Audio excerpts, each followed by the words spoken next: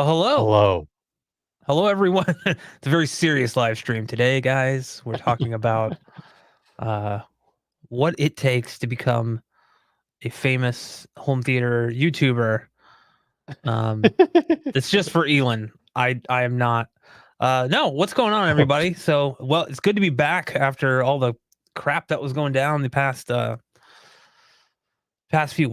week for us. We didn't know if we were gonna have a house after all of that Yeah. fun Well, before Hurricane we before we Milton get stuff. into it, let's tell us how it went. What went down? I'm curious. Well, we're in Central Florida, so Yeah. we didn't get it as bad as other folks, thankfully. But yeah, around like Yeah. 5 6 p.m., the wind started picking up, and it uh it just kind of kept picking up. There was about a hour and a half, 2 hour period where we were getting gusts of like 90 95 miles per hour.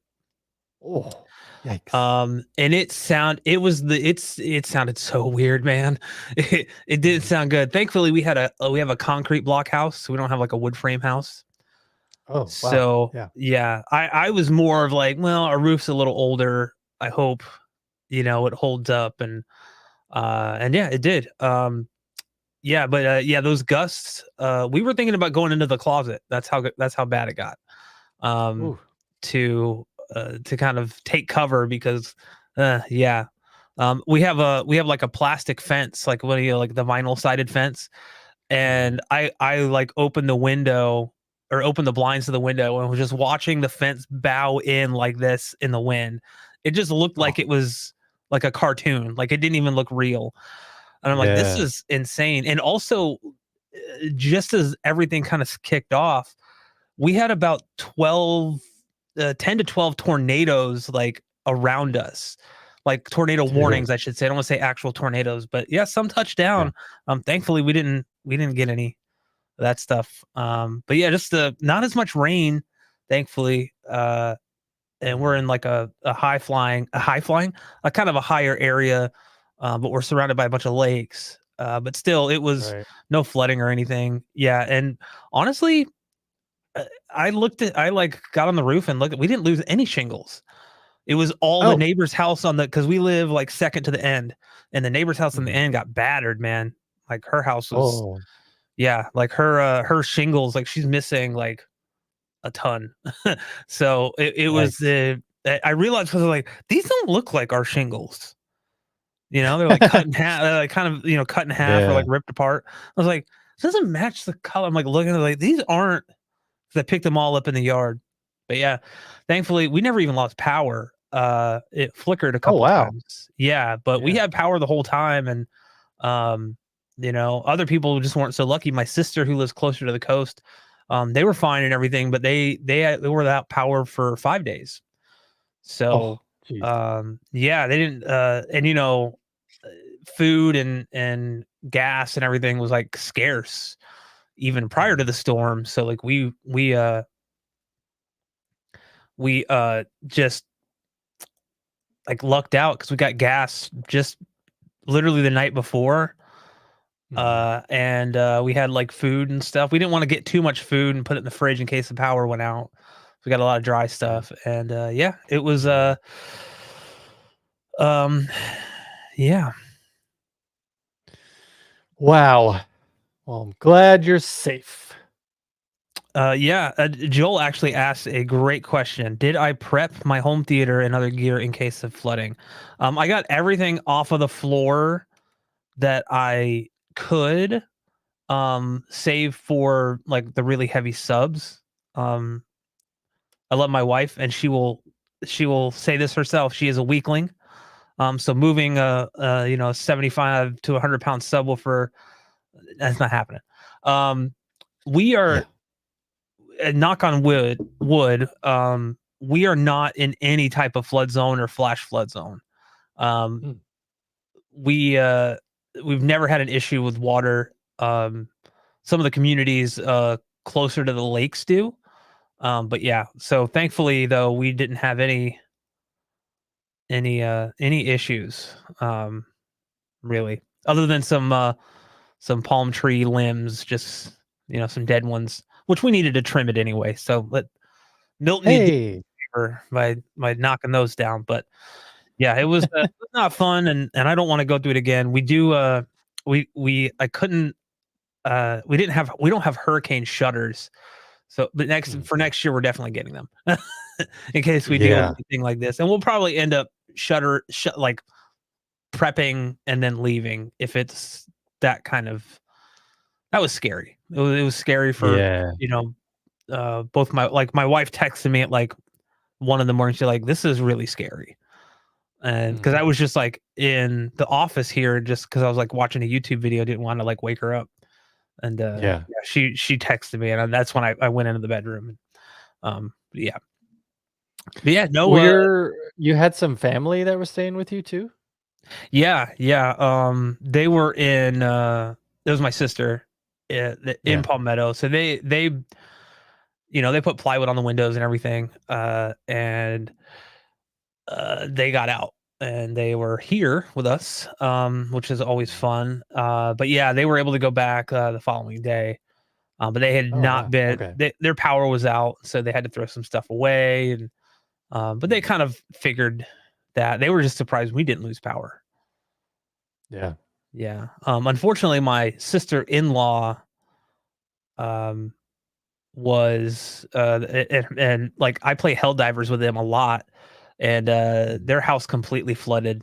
They're in Plant City, and Oh, so they lost their house. Yeah, pretty much. They're currently yeah. in Tennessee right now. They evacuated to Savannah, Georgia. But Mm. man, it was yeah, not good, not good. Um, Rich Little Poor Boy. I love that name. All I can think of is Rich Little, the famous impressionist. Um, was this my first major hurricane? No, it was not. I had been through stuff. I've lived in Florida my whole life, so I'd been through a lot of storms, but this was the first one where we were kind of in the direct path. And we Right. were and we were in Central Florida. I've always been closer to the coast. So yeah, we lived in Tampa a couple years ago, and we bought this house and moved from Tampa to Central Florida. So I can't imagine if we were still in Tampa. Like, yeah, no Yeah, they got thanks. hit hard. Yeah, yeah. So yeah, I know that. Oh, he's in the Caribbean. Are you a pirate? I'm kidding. I'm kidding. Pirates of the Caribbean. Get Disney's gonna sue me. Just lost a fan too. No, yeah, I imagine folks in the Caribbean get hit. They get hit a lot, man. Like everything goes through the Yeah. Caribbean. It seems like. Um, Yeah. Pretty much. wow, yeah, it's I can't imagine. But yeah, it kind of to kind of bring it back on topic here, I guess. Into home theater.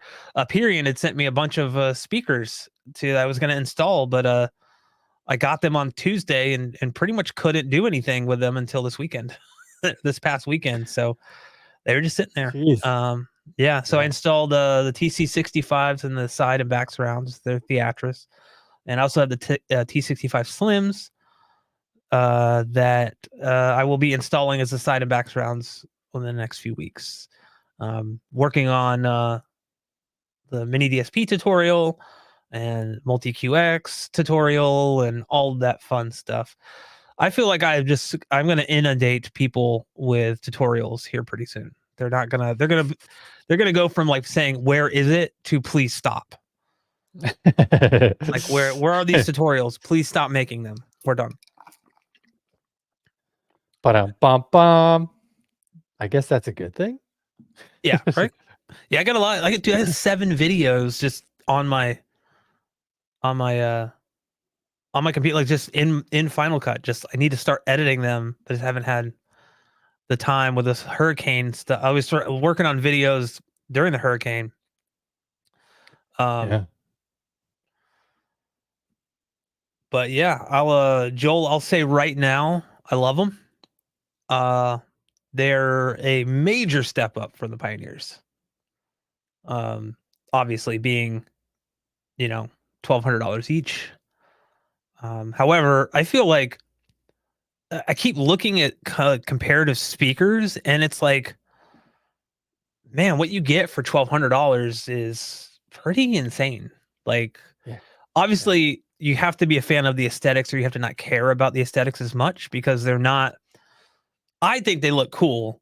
I like the way they look. They're very kind of industrial, but like not. Um, something like JTR, which has a lot of output and power, but they're very industrial looking, and they don't really fit into a lot of spaces because they are so big. Whereas these Yeah. guys, well, I mean, you have the T65s and the Slims and stuff. I Mhm. really like the aesthetic of them with or without the grills. Um, Yep. and what's crazy is like they're $1,200. Yeah, if you buy like 7 of them, that's a lot of money, but like I still think that like what you're getting for that $1,200, you may end up spending like more money with another company to kind of get similar performance. It just depends on the speaker and you know that kind of things. So Yeah, um exactly. I think that's what I keep going to. I actually mentioned it in the videos that I filmed. It's like, yeah, for this amount of money, like, you don't really get this kind of value here in this performance and in this form factor.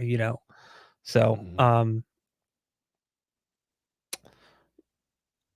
but oh yeah. I mean, yeah, it's like, you know, yes, we have biases, Yeah. but it's because we have experienced them. So, like, yes, I know that we had Colin on from Aperion Audio last stream a couple weeks ago, but still, it's like we wanted to invite him on because, it's like Hair Club for Men. It's like, I'm not only a president of Hair Club for Men, but I'm a client and I use Yeah. it. It's because, like, we can't help but say good things about Empyrean Audio because for the value of what you actually get, is, I think SVS and Empyrean are like neck and neck when it comes to value and what you're actually getting quality-wise. Yeah, yeah. Rich, these are the Theatris T65s. These are my front 3 currently. Um, and then can you see these? Yeah, you can see those. These are the side and back surrounds currently that I just installed this past weekend. What's funny is I actually have them flipped the other way. I have the ribbon tweeter facing down because of the height, and it puts the tweeter in line with the front 3 on the left and right side surrounds.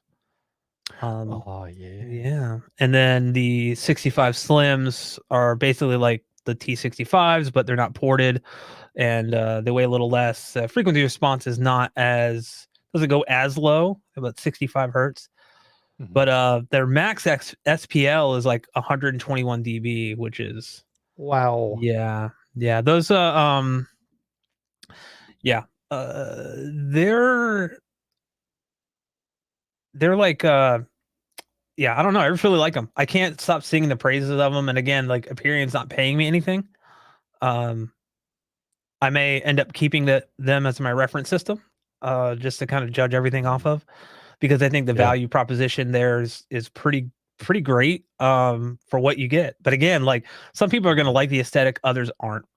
Um, yeah, which is a personal preference thing. Some people are going to be like, oh, they measure like this, and I was like, I don't know. In my room, they measure great. So, but yeah, Siphonics actually brings up a great point that it's becoming harder and harder to appear unbiased now when people are playing a lot of different roles and crossing lines, etc. Yeah, I mean, I think Michael Youthman made a video recently about that kind of because he's become a dealer with Yeah. Matt from Obsessed Garage, so like the Obsessed Home Theater or something like that.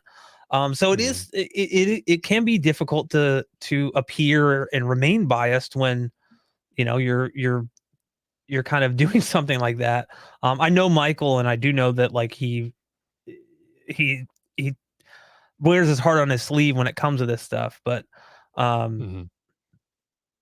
but yeah, I actually just to go back real quick, Rich, I actually love the aesthetics of it with the speaker or the grills off. I just think they look beastly. I like it a lot, but they do look nice with grills on. And the grills don't actually do anything. Um, to the measurements, to the frequency response, which surprised me. Yeah. Um, but yeah, anyway, I think we're getting we're 15 minutes in now. We haven't even talked about what we're here to talk about. But no, I love that you guys are commenting and stuff. And by the way, thank you everyone for joining so far. We're Yeah. just getting started here. Joel has already said what's up. Medieval is here. Siphonics is here. Um, Rich, I know we've already talked to you a little bit. Kevin is here. Ty is here. Um, Kevin, thank you so much. Kevin sent me an email making sure that we were good before the hurricane. Aw, So I really thanks, appreciate that, Kevin. Kevin. I did email you back, so I didn't forget this time. Yeah, it was a lot of like prep work trying to get everything done, and um, oh, Oprah Winfrey is here. You get a car, and sorry, Yay. every time, every time. But yeah, so yeah, thankfully everything was good there. What about you? Like, I know you've been a little busy yourself, Elon. Yeah. Um, my brother-in-law was here a couple days ago, raided this office that you see behind me. That's why there's like boxes that aren't normally in the background, Um, but also I'm back in the office because um, it's finally starting to get cooler. It's still not very cool, but it is cooler Yeah. here in Northern California. So I'm actually able to be in here without this really obnoxiously loud AC unit going. Because during the summer, yeah, no, I just can't. I can't be in here without the AC going constantly. So I'm glad to be back in here. But my brother-in-law lives in San Francisco, and he finally bought. He's been looking for at least a year, I think. But you wouldn't think it, but it's really hard to buy a home in San Francisco, even though the prices are so astronomical. Oh, I Doesn't bet. matter. There are still so many filthy rich people that live there that overbid on every house. So like he'll put in a bid on a house, like a reasonable bid, and everybody else is like way over that bid. And it's like, all right, Yeah. well, I can't compete with that. Yeah. So finally he got a place. He and his wife, they're so excited. We're so excited for him. But yeah, he's got a lot of stuff in this office that he was just keeping here for storage since, this is his property. This is his house, basically. But he is planning on renting it starting, January 2025, or at least he hopes to. So I'm still in the process of trying to organize things and also really find a new spot that I can take my theater that I built and set up shop somewhere else. So I'm looking for a little office space to rent. Yeah. Because yeah, I'm not gonna be able to transfer my theater to my house because there's just no room, and my wife just wouldn't approve unless we won the lottery and somehow we're able to build like an actual building on our Yeah. property. So Little man shed. yeah, Little exactly. you could get one of those So Sears houses that used to be able to buy. Remember back in the day, you just buy oh a house right. from Sears and they deliver all the materials and everything to you. That'd be Mhm. crazy. Apparently you can buy some like houses on Amazon for like 20 grand that like open up. It's like it comes in like a container basically, but then it expands and the walls open up and then supports go here and there, and then it's like this little house. So I don't Yeah, know. yeah, I saw that. I wonder how secure it would be, and I I know. guarantee you the acoustics will be dog shit. That would be so Yeah, bad. He was like, "What pretty is much. this in here?" But yeah, I saw that on some, one of these. It was like one of these Facebook videos that you see of these basic. Yeah. We'll just call them Check bro. this out. We'll call them bros, right? It's a bunch of Right. young Right. guys with way too much money, um, Uh-huh. doing a bunch of just stupid stuff, and I'm like, I can't believe people watch this as I'm sitting here watching it, you know. So I'm like adding to the issue by giving them a view, but their analytics or watch time are going to go up. Oprah Winfrey just said, buy a shipping container. Why not? Yeah, that's Um, becoming popular nowadays. Heck yeah. Turn it into a little setup. Andrew is here. Yes. Welcome, Andrew. Oh, let me say hi to Random Help. He is here. I said hi in the comments, but I wanted to highlight him in the video because we can. Because we Random can. help. Random Help. Random. But so yeah, that's man, more power to you. I hope you can figure out something. Um Yeah, because it's I'm hoping. I mean, it's in the process. The people at Massimo say they are going to send me an AV10 processor, their flagship, hopefully soon. So I need to find a place that I can actually set up shop and start using that thing and banging out videos that I've been wanting to bang out for a very long time because I haven't had a processor that can handle that many channels. yeah. So I think you need 30 channels. 30. yeah. Um so Andrew, we are actually just now getting into this. Um talking about back in the day, audio or video, just experiences. That's really what Yeah. it's all about. You know, there is a Willie even posted something here. It says back in the day, well, for a weird and uninteresting reason, I've been looking to pick up a copy of Jaws on VHS. Some eBay prices are insane, like $1,500. Whoa, Whoa. whoa. Um, Wow. that's crazy. I can see VHS, they are making a comeback, They are. but, like,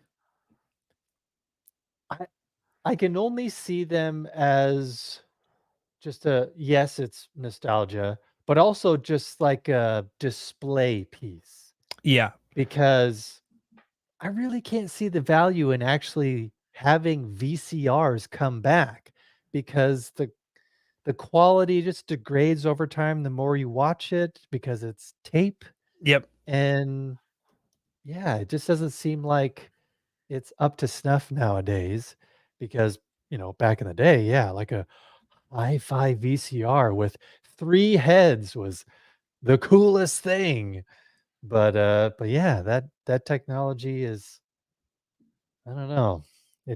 Like, I get how DVD became the natural progression after VHS because then you're not dealing with something that will degrade over time. It's a laser. Right. If the laser goes out, then I don't know, either get it repaired or buy a new DVD player. So, I get it. But yeah, I can see how, like, if you have, like, this really cool display or bookshelf just full of these VHSs, that would be pretty cool. Just, like, "Hey, Yeah. look at my collection." But to actually sit down and watch it, I don't know. I'm not convinced, but I'm not saying I can't be convinced in the future. I'm open to it. I mean, yeah, I'm with you. Like it for me, it's like you said, it's pure nostalgia. Like that's if I'm gonna watch it, right? If I'm gonna watch it, Mm. I'm not watching it for any type of good audio or video quality. That's for sure. Um, but like the actual display, I think is cool. Like the also like the when Disney used to have the big ass like clamshell, white Oh, yeah. clamshell things, like that was a like they I loved it and I hated it. Same with like DVDs that have like different size cases or different color cases. Drove my OCD crazy because it just wouldn't fit like well in my media cabinet that I had, Right. you know? And so I'm like, why are they cut like why is the Hulk have a green case or whatever? I mean, I understood why I Right. did, but I was just like, this is Yeah, yeah. yeah. But yeah, it's like nostalgia. I have a couple friends who are like really they almost want to compare it to vinyl, which I'm like, no, like, you know, you can't compare it to vinyl because I've heard vinyl. There's a person that's semi local to me. He's friends with Gene. Della Sala from Audioholics. His name is Xavier. They call him Captain Analog because he sets up turntables, calibrates turntables. Um, really, really is into that kind of hi-fi scene. And the vinyl I've heard is insane. Like the quality. Like Oh, yeah. you're not gonna you're not gonna say, well, the CD sounds better. Mhm. Whereas like with a VHS tape, you're like, a laser disc would look better than this. A laser disc would, you know what I mean? Like a DVD is gonna Right. sound so like there's a very distinct difference between vinyl, which is an analog format, and VHS, which is also analog. Whereas like if you take care of vinyl, it can sustain over the years. Whereas if even if you Yeah. take the best care of a VHS tape, every time you watch it, every time you put it in a player, you're wearing that tape out a little more. There's no going back from that. That even applies Yeah. to somebody mentioned DVHS, um, Yeah. which did have degradation issues. Although I don't know if eh, because it was a digital VHS, if it affected the quality or if it just like became an issue. What like I didn't have a DVHS player, so I can't comment Mhm. on that. But I would wonder if it's like technically like converting that. I don't know how it worked. Honestly, I need to research it before I comment. Never mind. Uh, um, but yeah, I mean, I had so many moments back in the day. Just from my because we talked about this before. Because I was like, well, what do you want to talk about? Because I'm like, I don't have much car audio experience, other than when Mhm. my uncle installed one of those bazooka subs in his. Do you remember those bazooka car subs? Ooh, yeah, I do. Yeah. In his 1967 Camaro convertible. Oh, nice. Yeah, I was just like, why? And he cranked the bass just 100. Like that was the. I was like, this doesn't. Um, yeah, yeah. He used to have. My uncle had a really, really like like this obsession with getting old cars. Mhm. Um, even though he couldn't afford them. But he actually had a Buick Skylark that was screen used in the movie Great Expectations. It was driven by Ethan Hawke, so that was pretty cool. Ah. Ethan Hawke, Ooh. yeah, Ethan Hawke Tua. I think that was Yeah. throwback to a couple. Yeah, I just now remembered that. He had like the film. He had the trailer. The guy that he bought it from had the trailer of the movie in a film canister. And I don't know how he got it, but I thought it was like the actual 35 millimeter trailer. I was like, Oh "That's my cool." gosh. Yeah. Yeah. But yeah, a lot of that, like getting my first home theater or, seeing Jurassic Park. I remember getting my first home theater and putting on Twister Mhm. and being like, "Oh yeah." I had no idea about audio color. I was like 15 years old. The like Yeah. Kenwood Yeah. home theater in a box, I'm like, "But this sounds Right. awesome." The whole Yeah. house was rumbling. It was like a little 8-inch subwoofer. Um, Right. and I think, what's funny is I think about that quite often and how like we as technology, and this happens with everything. It's not just home theater. As technology it progresses, right? Like things become more involved almost. Like I look at that back in the day. I didn't know about what an SPL was. I didn't know like, Right. I thought you just put the subwoofer at like, 75% or whatever and you were good. But it was like awesome that first experience.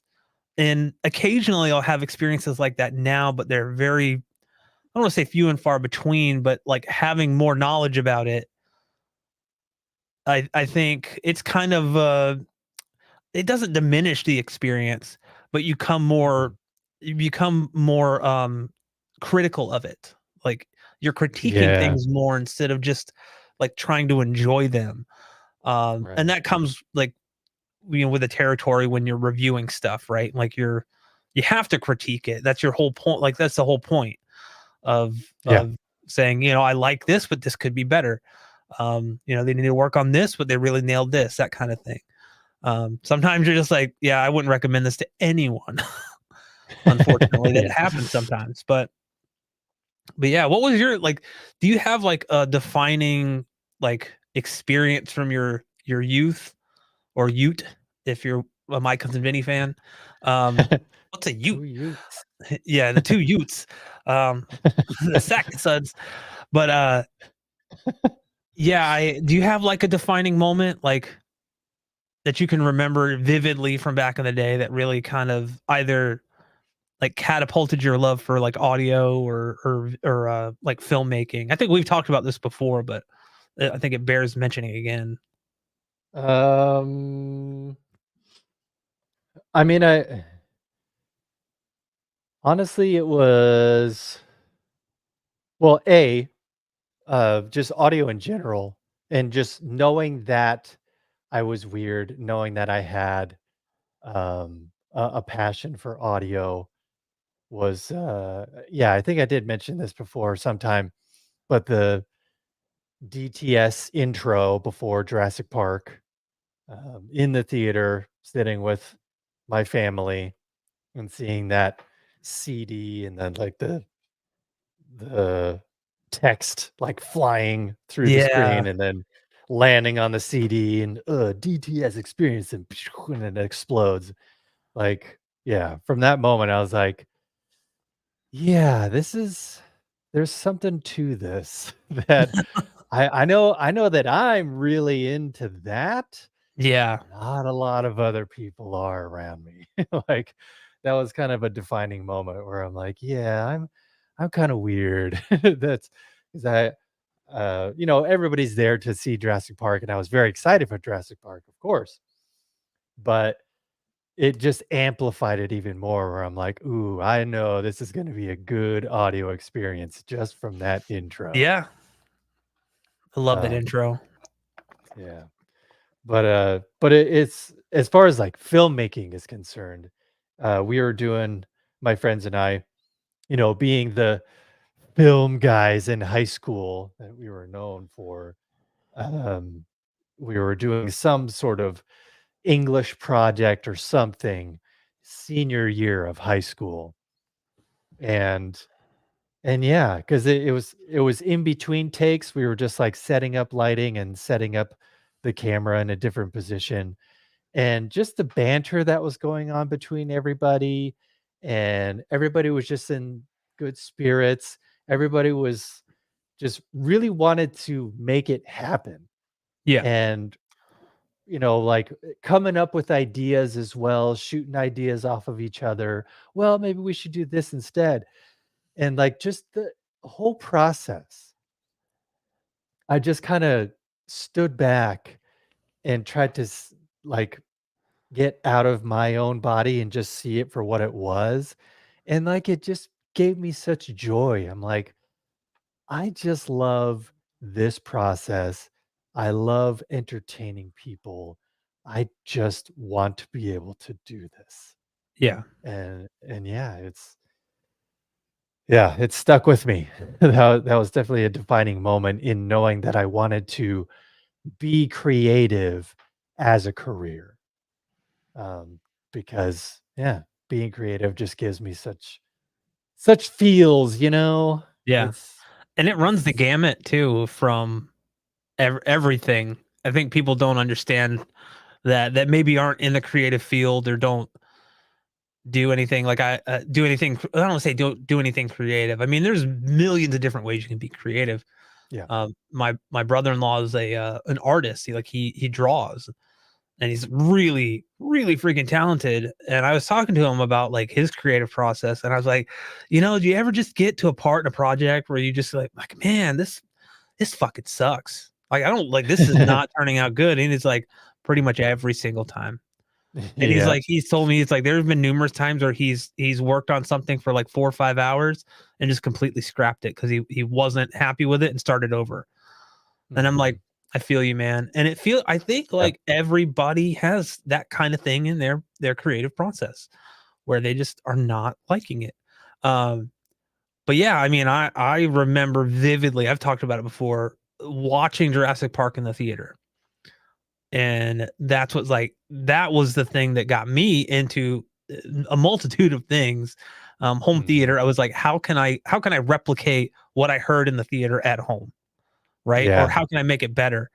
Um, and also I want to do things like I want to make movies because that like I want to do that for a Mhm. career. I want to be creative, and I was already like making little short films and stuff. But yeah, when I saw that when I was 10, I was like, okay, like I want to do something with this, and I'm still working towards that. Like I would love to do. We have this platform now that you guys are watching on called YouTube that you can pretty much post anything you want, Mhm. short film, whatnot. And that's I wouldn't probably post it on my this channel, but like you know my own channel or something and link over to it. But yeah, I would love to make a film, to start working on short films again because I've made a few over the years, but nothing recently. But yeah, that again, like going back to what we're talking about, there was something about that experience when I was 10 years old seeing Jurassic Park in the theater, and I wasn't Mhm. aware of, oh yeah, the projector might be slightly out of focus, or like, the projector was dim, or like the audio wasn't loud enough or something. I don't remember any of that. I just remember being like, could not Yeah. believe what I was seeing and hearing, you know? Mhm. Um, and yeah, I mean, there's so many like back in the day moments that I have where, like somebody mentioned T2 here, the Van Damage. Yeah. Once I he heard that initial, I think he's talking about the foot stomp right in the beginning of the where the Right. Where it the steps on the yeah, skull, and the robot steps on the skull, yeah. yeah, yeah. Oh, there's something about hearing that for the first time on DVD. Mhm. Um, there was actually two. There was that, and then for me, um, in the movie Stargate, when they first step into the event horizon and go through the wormhole, the it was the first time when I had surround sound, like you heard it like whizzing past you. Um, Yeah. and what's funny is like my wife and I, like she's a massive Stargate fan. Not so much the movie, but the show. And I, having watched the entire series of SG1 and Atlantis now, I could see why Mhm. the show is so much better than the movie. Um, the movie feels, What? yeah, yeah, and then you realize how big of an asshole Roland Emmerich is because he's responsible for the movie. Um, Yeah. that he's like he couldn't handle the success of SG1, I guess. But yeah, they use that a lot to I don't even know if they've just reused it, but yeah, every time it would come up, I'm like, it would just bring me back to that moment of them going through the wormhole. And it kind of makes me want to watch the movie because I'm like, I remember watching the movie, I'm like, I don't remember any of these characters. Like Jack O'Neill, like what Kowalski? What's going on? I Yeah. just remember French Stewart being in it in the movie. And all I could like I Oh, was wow. watching Third Rock from the Sun at the time, and all I could think of is his character in Third Rock from the Sun, Right. which I'm like, this is fitting. You're going to an alien He's planet, but he squinting is the an whole alien. time. Yeah, I just yeah, there you go. There you go. That was a great French Stewart visual impression. Um, but yeah, yeah, I mean, there's so many moments. Like I remember watching Saving Private Ryan on DVD, on DTS Mhm. DVD. That was yeah, I was like, I don't. It's not a movie that I can just put on. It's a really heavy movie. Um, Sure. I think I was like, I told my wife, I was like, yeah, we should watch that, and she's like, no. I was like, can we just watch the opening scene? You can kind of see, and we did, and she was like, yeah, I'm good. I'm good. And you know what? I was good. I was Yeah. like, I really don't want to watch the rest of this because it's just such a heavy movie. It's kind of like watching Schindler's List. Um, Yeah. it's a hard watch, but it's a great cinematic like masterpiece. But it's just what I found is a lot of movies kind of can be like that, where you're like, Mhm. I love that movie, but I never want to watch it again. Yep. That's weird. Requiem for a Dream. I have seen it once. That's It's enough. brilliant, and that's all I need to see it. I don't need to That's it. see it again. That's all I need. I Yeah, Yeah. performances were out of this world. It was so real, so well done. But yeah, one is enough. One is enough. And then there are cinematic masterpieces from the 70s that I watch all the time, like The Toy. I love Richard Pryor. Yeah. You ever seen the toy, Elon? I have not. No? So he's a well, I don't wanna spoil it, just watch it. It's got Yeah. it's got, Richard Pryor, Jackie Gleason, and, that kid from Home Alone. No, that kid from, Christmas Story. Another Christmas movie. The kid that gets his, tongue stuck to a pole. Ah, yes. Yeah, I mean, Scott speaking of Sw Jurassic Park again, like for our generation, Jurassic Park was like Star Wars for Generation X. Yeah, Um, yeah, because 1977, anyone who was around that age, teenager to 20 something, 30 something, was blown away by Star mhm. Wars. Well, yeah, And it fueled people and made people want to make movies. I know for a yeah. fact that James Cameron started making movies because he watched Star Wars. J.J. He saw it in the Abrams. theater. Yeah, and it's Oh, like yeah.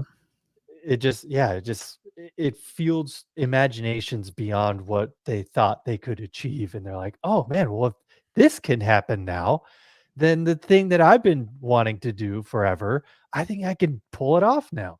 Yeah, And, like, it's the same thing with our generation and Jurassic Park, like, it really made me want to get into how did they do that, and how can they make something sound so good, and why do I love sound this yeah, much? yeah. And, yeah, just kind of a domino effect after that. Well, I know Jordan Peele has cited Spielberg as one of his major inspirations for, Mhm. his d basically finding his voice. Because like, if you watch a Jordan Peele Yeah. movie, it's not like you're watching it you know it's a Jordan Peele movie, right? Like, you're not Mhm. gonna mistake it for anybody else's movie. Um, Yeah. that's both good or bad. Um, some people are gonna like it, some people aren't.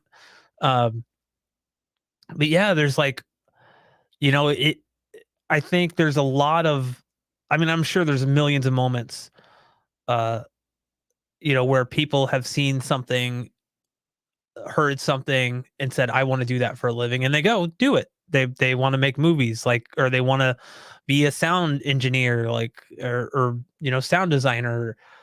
I always say a great watch is Mhm. the Light and Magic documentary on Disney Plus, if you're into Yeah. kind of the behind the scenes stuff. Actually, had somebody say one time to me that they don't like watching that stuff because it just ruins the magic of movies, and I was like, "Okay." I mean, so some people have to know about that magic to make it. It's like, but it's Mhm. like there's a lot of people involved that you don't maybe realize, and you know, but yeah, I think like, oh man, yeah, I should have prepared notes because I have a lot of things knocking around in my brain right now that I'm like, which one do I talk about? Um, Well, I guess just as an aside, let me talk about the whole kind of idea that spawned this topic. Um, but just to preface everybody who's listening, um, I want to preface that I'm not like Aaron's audio corner, who literally has a job in the car audio industry. Um, I want to talk about car audio just for a second, just as a lay person. Um, because we recently purchased a new Mazda. We've been in Mazdas for like over 14 years now. We just love Mazdas. It just seems like you get the most bang for your buck, um, for would what is standard compared to other car companies that kind of nickel and dime you. Like, well, if you want that, you're gonna have to pay extra for it. But you know, the previous car that we had, the previous Mazda that we had was a sedan, um, and we didn't get like the Bose sound system. We just had the standard audio kit in this particular car. And it was a 2016 model, and now we just got an updated, a 2024 model. Um, and the 2016 model, again, standard audio package, had it still sounded pretty darn good. Like, I didn't feel like I needed to spend the extra money for the Bose sound system even back in 2016 because, I don't know, just me personally, I'm really not that kind of person who's going to, you know, spend a lot of money and get the really nice sound system in my car because I guess I just don't spend enough time in the car to justify spending extra for this premium sound system. Mhm. Um, I don't know, it's just me. I just can't justify that. Right. So we're looking at all the different models and different trims of the Mazda we're thinking of getting, and we go for the CX-30 because we wanted something smaller, not as much of a car payment as before, that kind of thing. So, I mean, the car is great.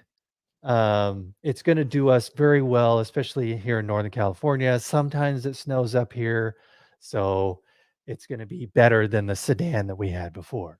Right. But the audio system was, again, your standard package. Nothing flashy.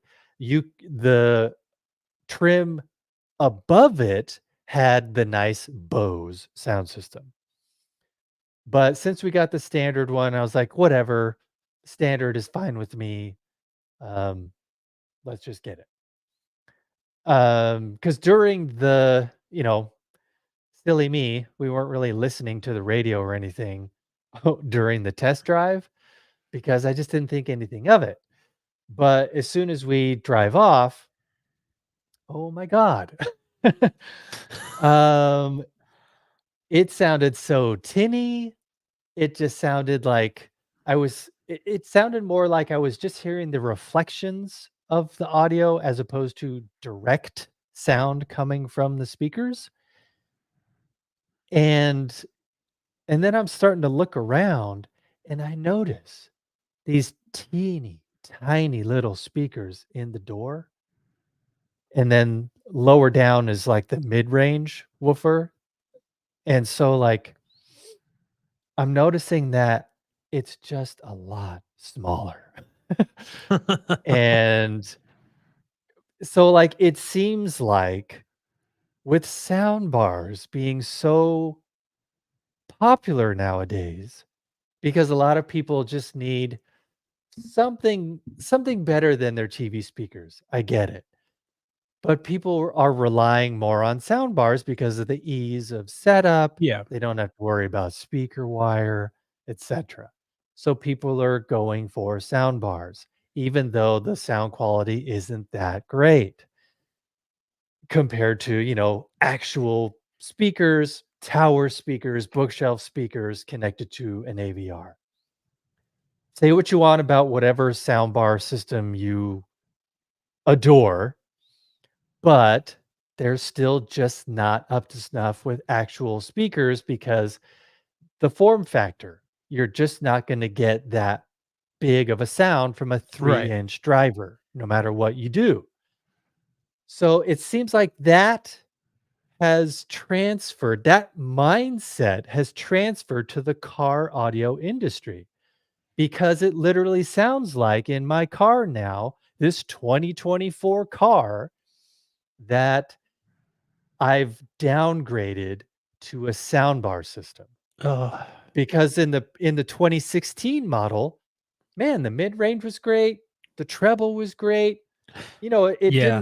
didn't have, like, subwoofers or anything, but there was still some bass, Well, some oomph, yeah. weight yeah, a little bit of oomph to the low end. There is 0, and I mean 0 low end in my new car. None whatsoever. So it's just mid-range and these tiny little tweeters. Wow. So it's just astounding that this is what we've come to, within 8, 10 years is everything has just become smaller. Everything has just become I'm sure it's cheaper to Yeah. put They these probably want particular speakers in the try car. to sell you on the more premium audio package, right? Exactly. It's like, It's like no longer can I get a decent audio experience unless I go for the more expensive package, and that's sad. Yeah. I mean, I'll just have to deal with the fact that, as we've driven it over the past few weeks, now that we've had this car, I can tell that it's gotten a little bit better. I think the system as a whole just needed to have some breaking in to do. There's probably some sort of break-in period, Yeah. and maybe it's just gotten a little bit better because of that. I don't know. But again, it's still just not as good as Yeah. our 2016 car, and it's pretty sad. I I would mean, imagine it's if you took the tweeter out, like the motor structure on that thing would probably be like a pin, like it'd be so tiny, like it can't handle any like yeah. And yeah. Kevin, I just want to say real quick, thank you so much, Kevin, for the super chat. We really Aw, appreciate it. yeah, thanks, You didn't Kevin. have to do that, but we appreciate it. Thank you so much. And I also gave me a chuckle here that Elon, good luck convincing most folks that TV speakers or soundbars suck. However, maybe a soundbar on the dash of a car is coming. Dude, if you strap the Nakamichi Dragon, Nakamichi, whatever, put that on the dash. I'm sure it's not great, with sun damage, but holy crap. That yeah, you had mentioned that to me and I was like, I'm not sure. I don't really have much car audio experience. For me it like you, it's like I don't spend a ton of time in the car and normally I just Yeah. want some tunes to kind of get me, by. It's kind of like Mhm. exercising. I don't need like extreme fidelity when I'm like working out or exercising. Obviously, I work out all the time, but no, when I do work out and exercise, I'm like I want something that sounds okay, and I can hear Yeah. it. Like I really like a little more bass. I'm not really concerned Mhm. about having a hi-fi detailed experience. I just want something that Mhm. will kind of, like because I'm also not listening for hours and hours. I'm normally like it's an hour long, maybe Yeah. between Yeah. cardio and strength training. It's like if I do both together. And yeah, but like, we have a Kia Soul. It's not the speakers are not the greatest, but they're Mhm. serviceable. Like they actually still surprise me in how they sound. But it's a 2016, so it's not Yeah. newer. And I do, you saying that makes me wonder. And like this one isn't the high end package. It doesn't have like I think some of the Kia Souls you can have uh the subwoofer put in. There's like literally a space like in the middle of the front. It's a odd place for a speaker or something, but like there's like a round like hole or around like a it's like a Dome? plastic piece that yeah you could but you like take it out and then like some of them have speakers like in there like I think it's a sub Oh. and then there's like places in the rear, like in the trunk area for subs, like on each side. But I'm Mm. like, having one right up front is kind of odd. Like, just, I don't know what, and I've seen them with like speaker grills and there's a sub in there. I don't know. I think it's maybe like an 8 inch, it's not really a big sub or anything, Yeah. um, but yeah, like, I'm still like, oh, okay, it's fine. I'm not, you know, just again, just need a little audio. I wish it got a little louder for like phone calls. If I'm, Right? like hands free or whatnot. But um, yeah, I don't spend as much time in the car as I used to. I don't travel as much as I used to. Um, so it's not Yeah. really a big thing. But yeah, it's crazy. Roof pizza. My high sense is supposed to have excellent sound, but it's terrible. If you're talking about a TV, I have the U7H, and the sound is I there's a review on my channel for it, and I was like the speakers are pretty bad, like Yeah. they're pretty awful. Um, That's called marketing. They just wanna sell you a product. yeah, yep. thanks for stopping by, Kevin, and thank you again for the super chat. Really appreciate it. Go kill some. Oh God, I can't Covenant. even. It's been so yeah. It's a Halo thing. uh, Elites and Yeah. the grunts and stuff. Oh, You know. yeah. Right. Yeah, I was thinking of the flood. That was like Halo 3, Halo 2 or 3. Oh, yeah. Yeah, they're like I the big hated kind the flood. of. Yeah, they're the little guys that like would scurry around and. Yeah, I exactly. So tiny. feel a sneeze coming on. Achoo, achoo. Um, Thank God for the but mute. it's so 'cause I the reason I wanted to kinda bring up just nostalgia and back in the day and stuff, because 'cause I'm trying to think back, like, even growing up in the '90s, like, I don't know if this is true in Florida or was true in Florida, or if it was just a '90s thing, or if it was just a Central California thing where I grew up, but, like, in the '90s, junior high and high school, it was such a huge thing to put some ridiculous sound system in your car, gigantic subwoofers, Mhm. the kind where you can just hear them from blocks away coming. And you're like, oh man, because we would hear that constantly around the city I lived in. And I remember going to just like visiting a friend out of state or something, and I just didn't hear that. Like, it just wasn't a thing.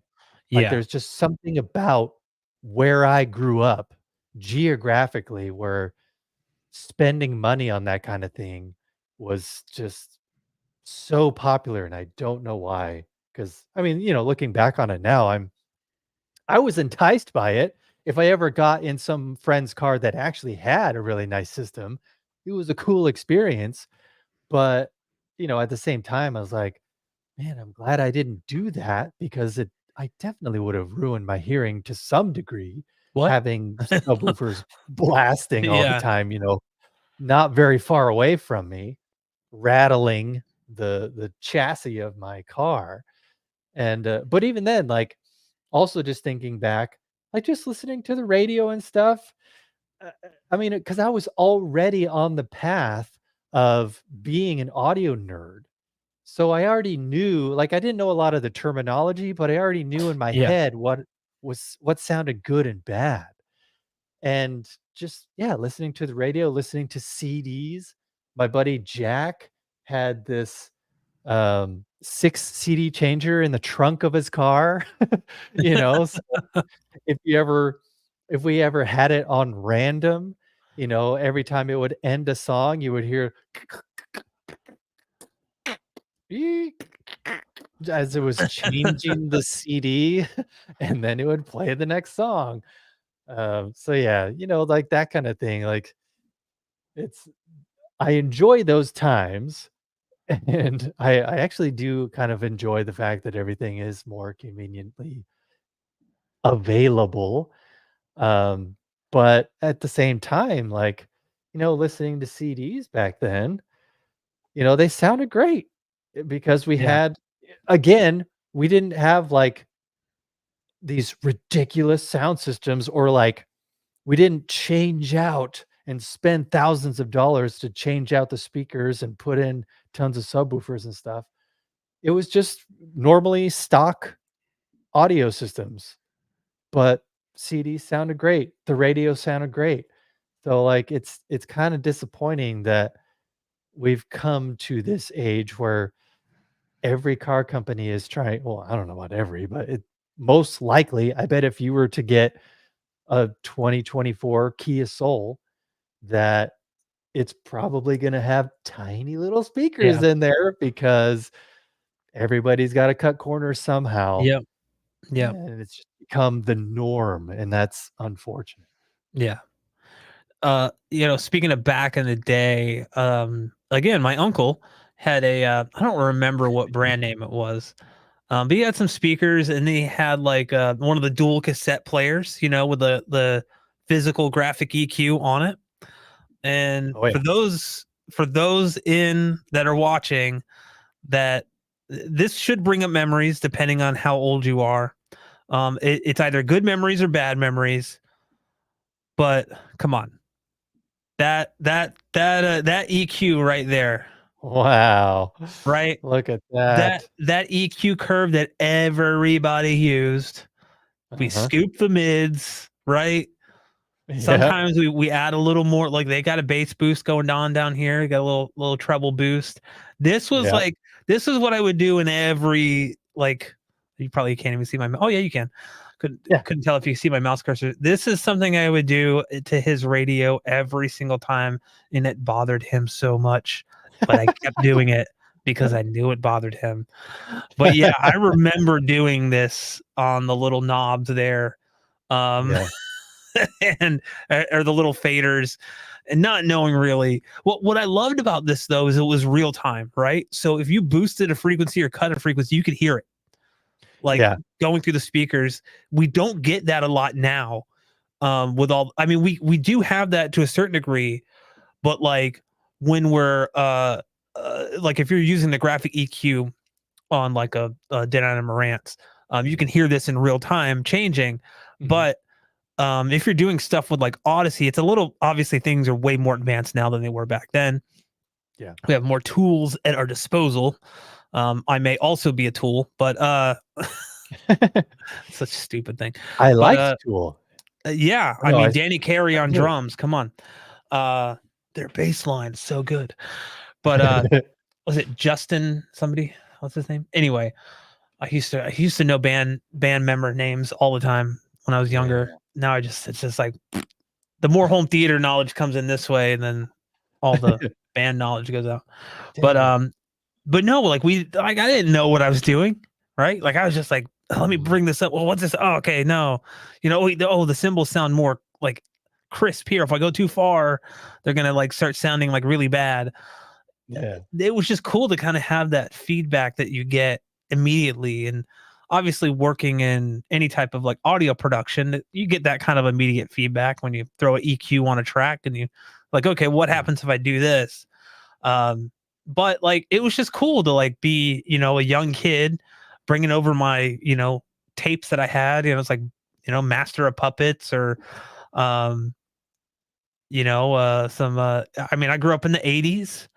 I was a metalhead, so but it was like ran the gamut from like that to like, Motley Crue and Poison, like the glam bands of, back in the day. Mhm. Then, Mhm. got into grunge a little bit. So, but it was cool to bring music over and see how the EQ takes to like, oh, what does this do? And what does that do? Um, I was all about like like experimenting that with that. And we were kind of lost in, like, that's kind of lost today with a lot of Mhm. stuff. Um, you know, There's I no, I am like, manual. You can't manually adjust anything anyway. It's all just everything is computers and everything you have to do in yep, a menu system. yep, 'Cause yep. I remember, there was a guy that was some random guy I was, like, giving a ride to school one day, that I had never given a ride to before, but I don't know, he reached out and for whatever reason, he needed a ride that day, and I had never given him a ride before and since that day. But this Never but, again. like, um, as we're going, we're listening. I have the Crystal Method, a Crystal Hmm. Method CD in my CD player, and there was this, song that came on that had, like, a really energetic drop, Yeah. build up, build up, build up, drop, and, uh, in the again, this is just a stock stereo system in this car that I was driving, but on the stereo system, there was a graphic EQ just with three little things you could adjust, just bass, mids, and treble. Yeah. Yeah, and that was it. But you could, it was set to 0, but you could lower it or increase it. And I remember as I was driving him to school, that buildup was happening and the drop happened. And right as the drop happened, he reached over and he took those EQ took that graphic EQ and all 3 of them bass, mid, and treble. He whoop, put all the way to the top. I was like, even then, like, I didn't exactly know all the ins and outs of audio, but even Yeah. then, I was like, "What the fuck are you doing?" Yeah. Like, Who are that's gonna you? make Like, it sound that's gonna make it sound terrible. yeah. So, like, I did he did that, and then I just kinda slowly go, "Ha, ha, ha, ha, ha," and then just kinda put it back down Yeah. to 0. It's like, "Ha ha, don't ever do that again, please." And then But you it kicked him was out of the car as it was moving. yes, yeah. Yeah. I had a lever that could open the passenger Oh. door and just kick Oh, him. I thought it just, like, shot him out of the roof. Yeah, that's better. Yeah. Yeah. Yeah, just think about it for a second. I would support that, yes. Um, oh, Take yeah, 2. yeah. Right? Yeah, there's just, like, a something about that, like, adjusting those faders, I just have this I don't know if it was just, like, a tactile thing, um, maybe some form of ADHD or sensory. Yeah. 'Cause yeah, I mean, I definitely have OCD and ADHD and all that stuff. Um, Not as severe as some other people, but I definitely have it. But yeah, I think like uh, now with technology, it's so great what we have, with Roomy Q Wizard, like free stuff, right? It's free. Requires you to learn it, but it's still free. Yeah. Um, it's like, oh, you buy like a cheap microphone and like you're like you can tell like what's going on in your room. Like what? Like that's 10, 15 years ago. Like what? No, like, but I think then there becomes a reliance on that too much where, and we've talked about this before. You can look at measurements all day long, but how's it going to sound in your room? Mhm. You know, Yeah. maybe it's not the best measuring speaker ever, but what if it sounds great? Are you going to, Yeah. but I know some people have trouble differentiating between like, oh, it measures poorly. I can't like the sound or whatever for whatever reason they can't unsee or Mhm. yeah. But most of It the time, like influences them, yeah, yes, yeah. yeah. So like it's kind of like when I come to you and it's like, hey, dude, like I saw this movie, it was freaking awful. It was the worst movie I've ever seen. And you're like, dude, I haven't seen it. Now I'm gonna go in knowing that you hate it, and I might like be on the lookout for stuff that like is gonna make me hate it. Or it's like might be like, well, I know my taste is polar opposite to you, so I know I'm gonna love it if you hated it, that kind of thing. Right. But it's like you go in with that kind of bias, and it's so hard to kind of undo that. It's almost like impossible in many ways to undo it. That's why whenever I'm reviewing something, I don't ever try to look at anything else somebody else has done, you know? Yeah. Um, if I have an issue, I might Google the issue, see if other people have had the same issue. Like, Mhm. if yeah, I ran into an issue that I know you reviewed something, I might be like, "Hey, did you run into this?" But I don't want to know your opinion on it because I want to form my own. Mhm, And in yeah. today's like kind of society here, like where everybody has there's so much out there and everybody can post on social media. There's a lot of noise you kind of have to sift through, and like you might inadvertently come across something and be like, oh well, you know, yeah, and it just you might not realize it. We Mhm. do it with movies all the time. You'll be anywhere and see like an advertisement for a movie or like a review for a movie, and you're like, oh well, this person hated it. You know, I mean, like well, the whole I've seen articles about how Rotten Tomatoes is, like, ruining everything, because if yeah, it doesn't have a good score on Rotten Tomatoes, everybody just takes that as, as gospel, and it's like, yeah, "Well, I better not see it then, because Rotten Tomatoes says it's a piece of shit." And it's like, yeah, "Well, maybe you like it though. Maybe there's yeah, aspects of it that, critics." I at least do appreciate that there is a critic score and an audience score. yeah, But even then, I mean, that's just this day and age, it just seems like it can't be that black and white, yeah. like oh, it's certified fresh. Oh, it's dog shit. It's like, well, Yeah. Is it that like is can there be no in between, yeah. right? But here's the thing. What's gonna get clicks? Yeah, exactly. Ugh. It's one or the other, right? Like it's never gonna be like, Yeah. this was okay. It's either gonna be like, here's everything wrong with this. Right. And at the end of this article, they give the movie like a 7 out of 10. You know, it's like, Right. Oh, so what? it's not that bad. Right. Yeah. What the hell? We're also in a time like where 7 out of 10s are bad, which I've heard like I people say know. like, oh, this game is 7 out of 10. I'm not playing that garbage. I'm Right. It's like, like, if it was this a is 2 out of 10, I could understand, but like a 7, you know, like yeah. come on. Like if I give something a 7 out of 10, I'm like, I enjoyed it. It had problems, but I enjoyed it.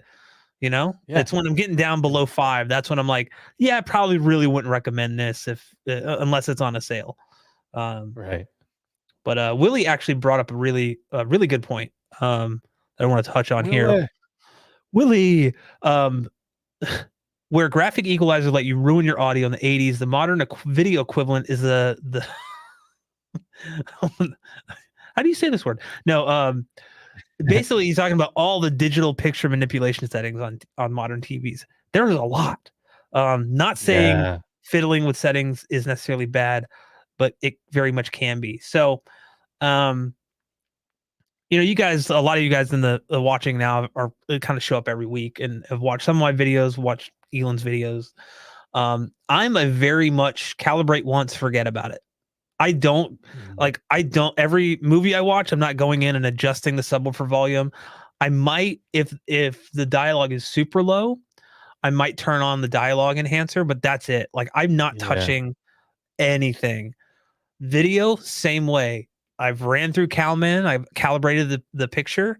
I don't touch it for movies. Games, sometimes a game will come out that has just a terrible like black level like floor in HDR for whatever reason. It's like super washed out. So like you have to go in and try to fix it. I hate doing it. We shouldn't have to do it, but unfortunately Yeah. it's just the reality. I wish we didn't have to do it. I want to just leave it alone. I never want to touch it. And in most games, I'd say like the games that I haven't made videos on about it, I just leave it. Like I don't really touch it. But there have been games where it's just like, yeah, the HDR like it just totally washed out. But yeah, I don't Yeah. touch anything from movies, music. I really don't like I kind of once I calibrate, it's like that's it. I've kind of you can real like some people love tweaking over and over again. Um, you know, and part of my thing that I do is I do experiment quite a lot with like um you know, calibration and measurements and multi QX and things like that, and Mhm. what sounds good, what doesn't. But once I find something that kind of sweet spot, I'm like, that's why I do it. Is like, okay, now I want to give this to you guys and be like, here's what I found. I'm not saying like this is going to be the best for you, but I've done a lot of tests on my end, and here's what I found. So you know, test it out and see what you find. Um, it's just that thing where like you can like Willie says, there are so many things that you could tweak on a TV to Mhm. tailor the picture to a certain way, and some people are going to love that. I don't want that. I want the TV Yeah. to get out of the way. I want the Yeah. picture quality to not change from movie. Like I basically whatever's on the disc or whatever is streaming or whatever I'm playing through my rips, I just want it to be whatever the source is supposed to be. Like I don't, you know, like to kind of tie this into what we're talking about back in the day is like I remember the first time I got like one of those, I think it was the Avia calibration disc. Um Yeah. that came with like a little blue filter that you put over your, you know, like when you're like trying to calibrate the color bars on an old tube TV. Um Mhm. and like I remember like recommend, you know, setting sharpness to 0. I'm like, what? Like my sharpness at 100, like what the heck? And so like I brought it all the way down. I'm like, oh, it's kind of blurry, but I let it sit for like 3 or 4 days. Like I was watching stuff and then I noticed it's not blurry. I'm actually seeing like what is like the natural like sharpness of the picture without any like artifacts, Oh, and yeah, a lot like all of the sharpness stuff on TVs like just adds like artifacting when you get higher and higher. Um, yeah. from a very far distance, it may not be an issue, but as you get up closer, you're going to start noticing like ringing around edges. I mean, on my OLED, sharpness is at 0. Like I don't, um, because it defaults to 10. And I talked to Jason Dustle, who's a ISF Pro calibrator. So I asked him, I'm like, every LG set I've ever seen, the sharpness in all the picture modes defaults to 10, unless you're on like, you know, the torch mode or vivid or whatever. And he's like, Yeah. and I was like, so what's the correct setting? Because I've read things online and I'm like, I've looked at patterns and 0 has 0 like artifacting or ringing on sharpness patterns, and 10 has some. He's like, always 0.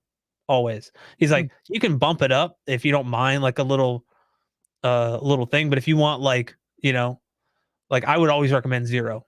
Unless you really need like a little bit of extra, like you're really far away. And I was like, okay, Wow. cool. Yeah. Yeah. So yes, Wow. Willie. Yeah. Currently playing Cyberpunk on PS5. The game's HDR settings are very complex and not for the faint of heart. Yes, and Mhm. that's actually an issue with a lot of games is and Willie, you know this just by playing other HDR games. Some games have really intuitive HDR settings. Some games have no HDR settings, even though they support HDR. Some games support the system level HDR calibration on PlayStation and Xbox. Some don't. So it's like it's not a very consumer friendly experience currently.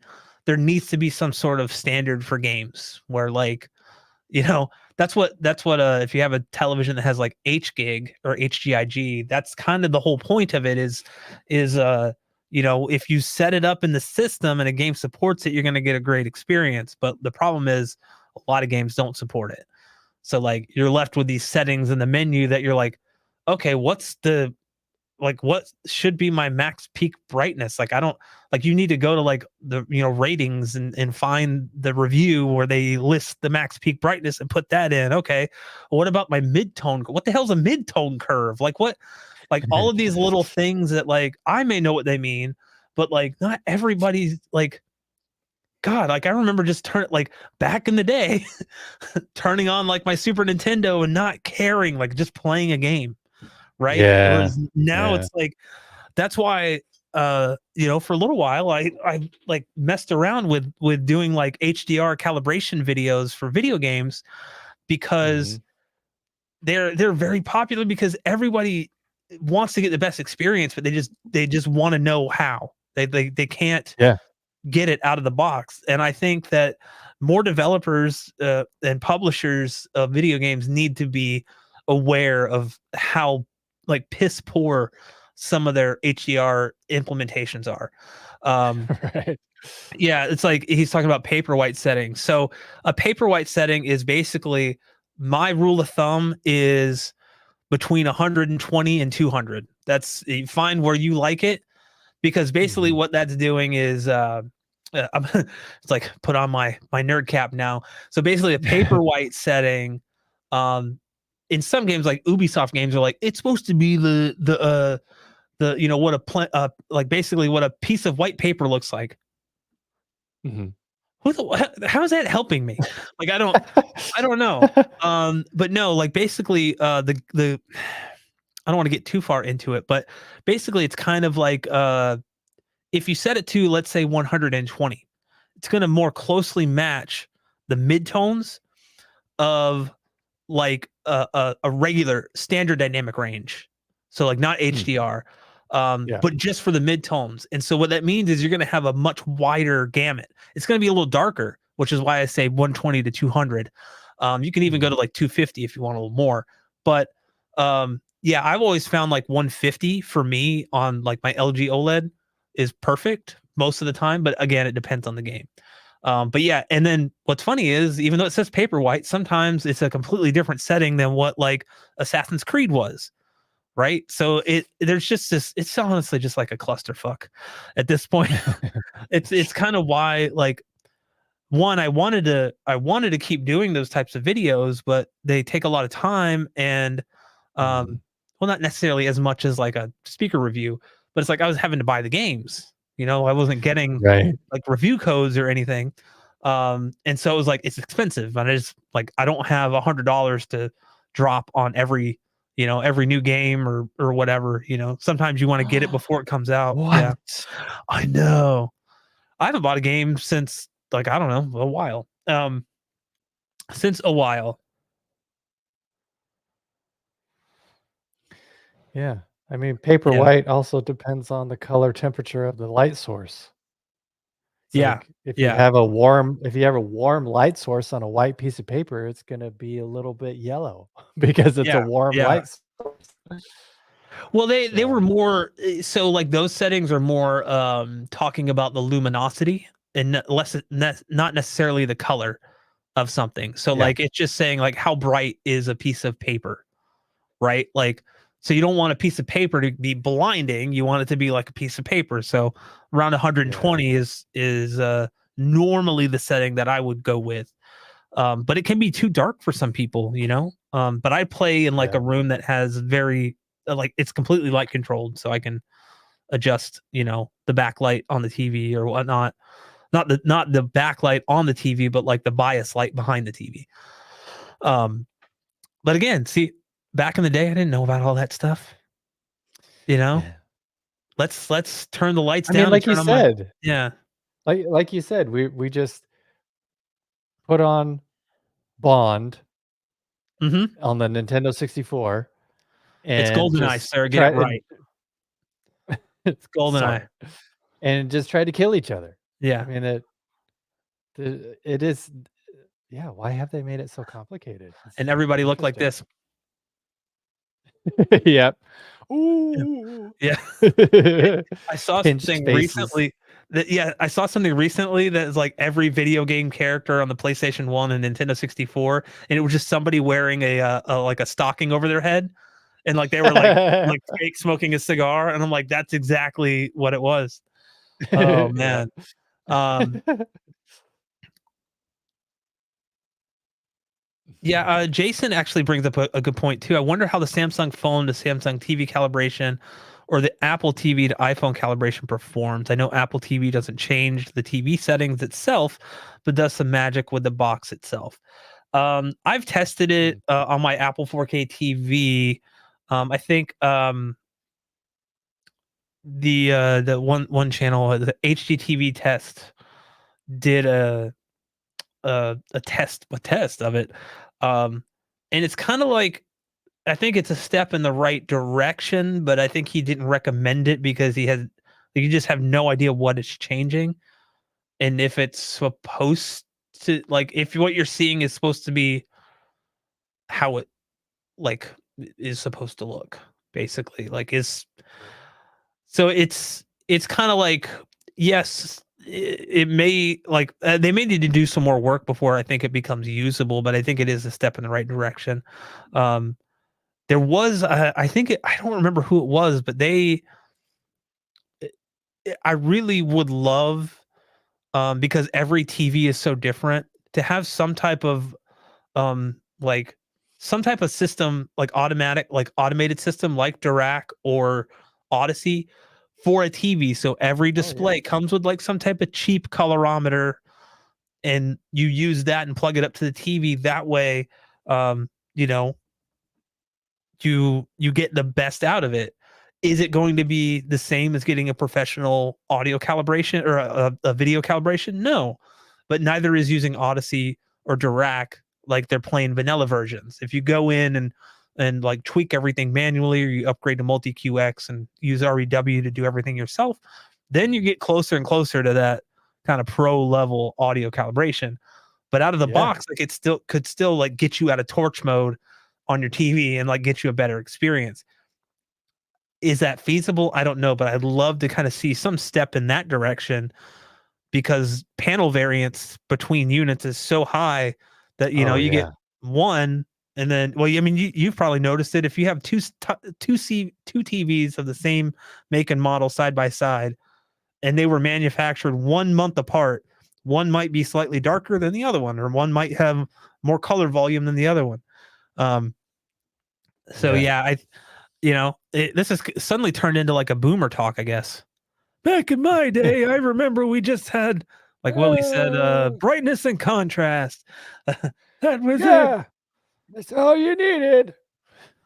We both just turned into Grandpa Simpson. Like that's Yeah. back in my day, we just Ah! sat around and listened to noises. Um, there's a great if you guys any of you guys are fans of The Simpsons or not at all, look up the THX Simpsons trailer. It's all you. It's amazing. People's like heads are getting blown off and stuff, and the end, Grandpa Simpson just like turn it up. It's so great. It's one of my favorite things. My wife showed me that Uh, years ago, and I'd I never know. seen it.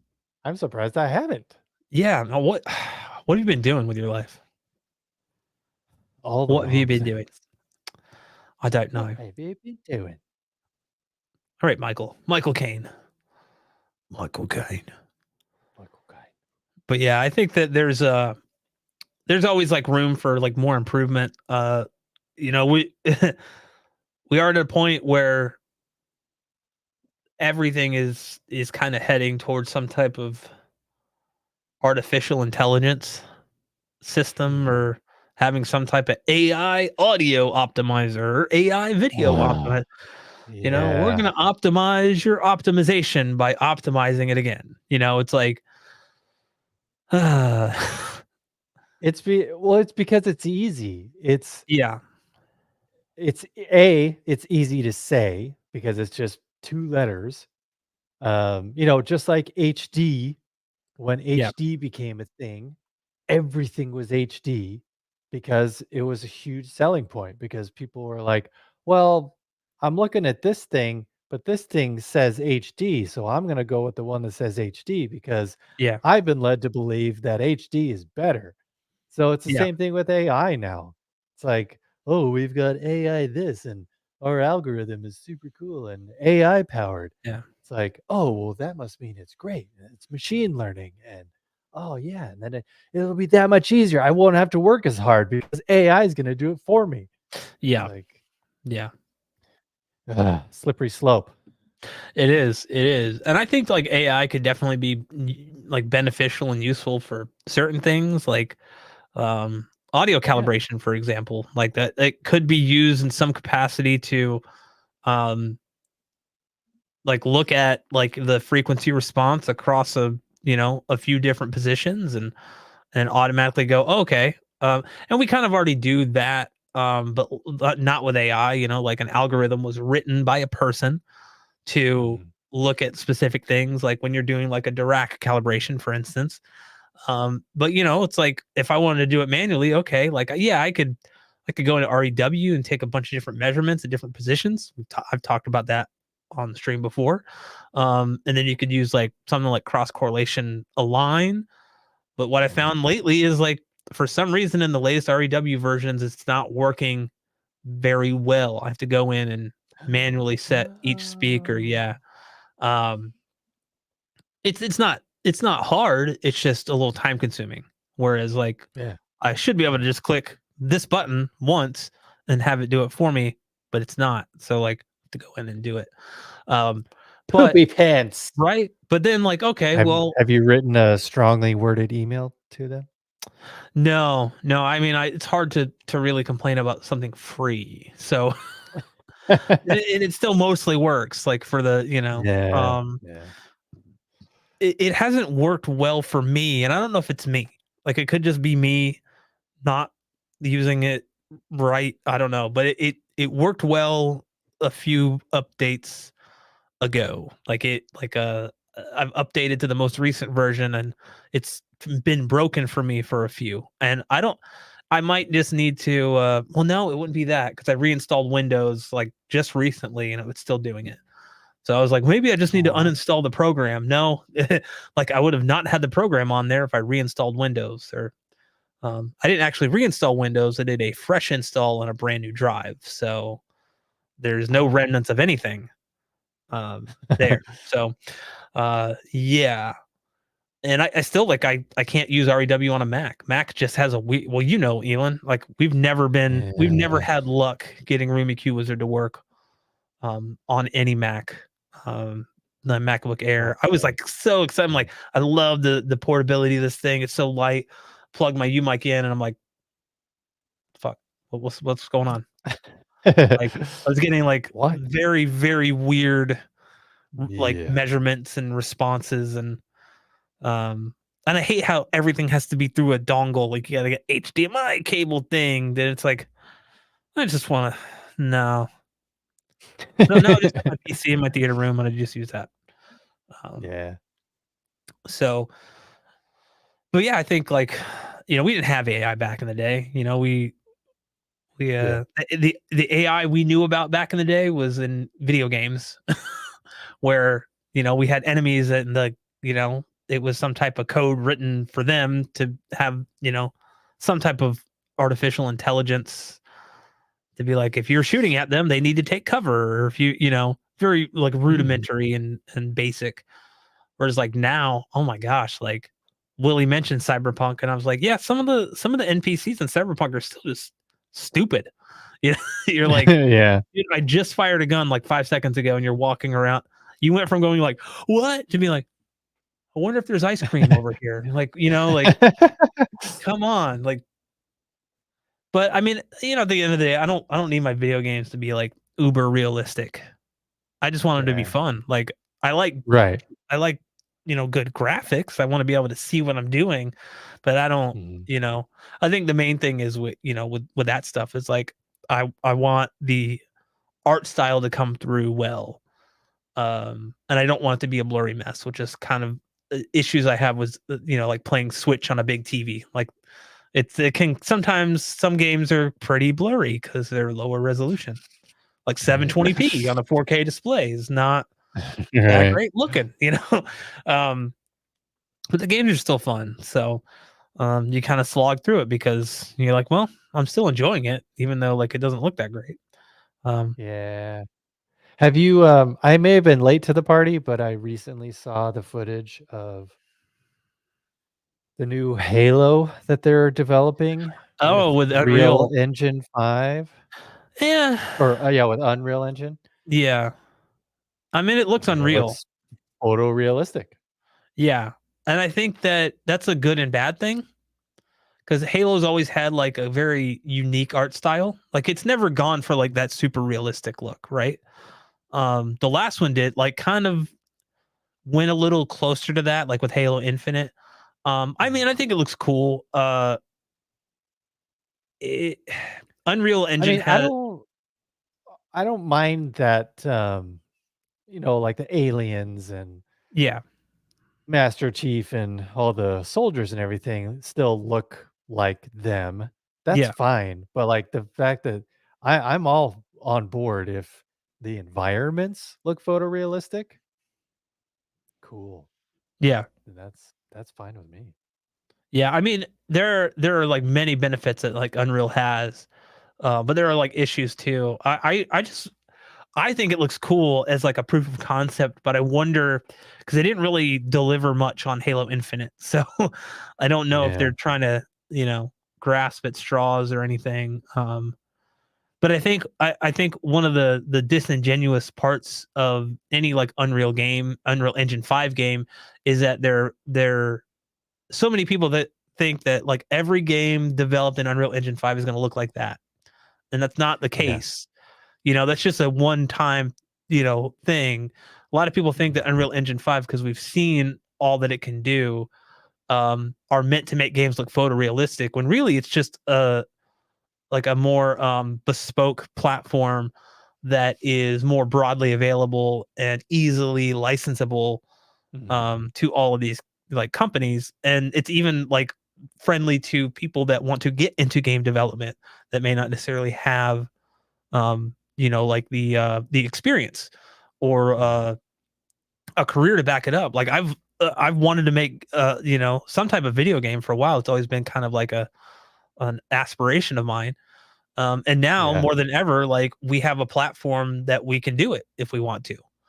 And assets that are like freely available. It's crazy. Like um and just making things, kind of more intuitive for the end user. But at the same time, again, I think people look at a lot of these like proof of concept things, or like, Grand Theft Auto 5 in Unreal Engine is insane. It's like, yeah, but like this doesn't need to look like that. Like it doesn't, like I don't need all of my games to look like real life, you know? Um Yeah. so but it's definitely cool. Like I'm not saying like don't do it, but like not every game needs to do. It's kind of like it would be like saying, well, I want all my cartoons to be, live action. I know. It's kind of Right. like I want all my black and white movies to be color. It's like, Mhm. I don't want any grain in my movies. James Cameron, coming after you. We all know you shot this on film in the 80s, James. We know it. Doesn't need to look like digital. Um, but yeah, I think that as it progresses, we'll start seeing more and more of games take advantage of the engine in other ways than just that. And we actually saw we've seen a few now. There's a game on the Xbox called Jusant. I think I'm saying that wrong, but it's an Unreal Engine 5 game, and Mhm. it does not look realistic. Um, Hey, there you go. it has a very unique art style, and it's a very enjoyable game. But yeah, I hope we start seeing people kind of branch out and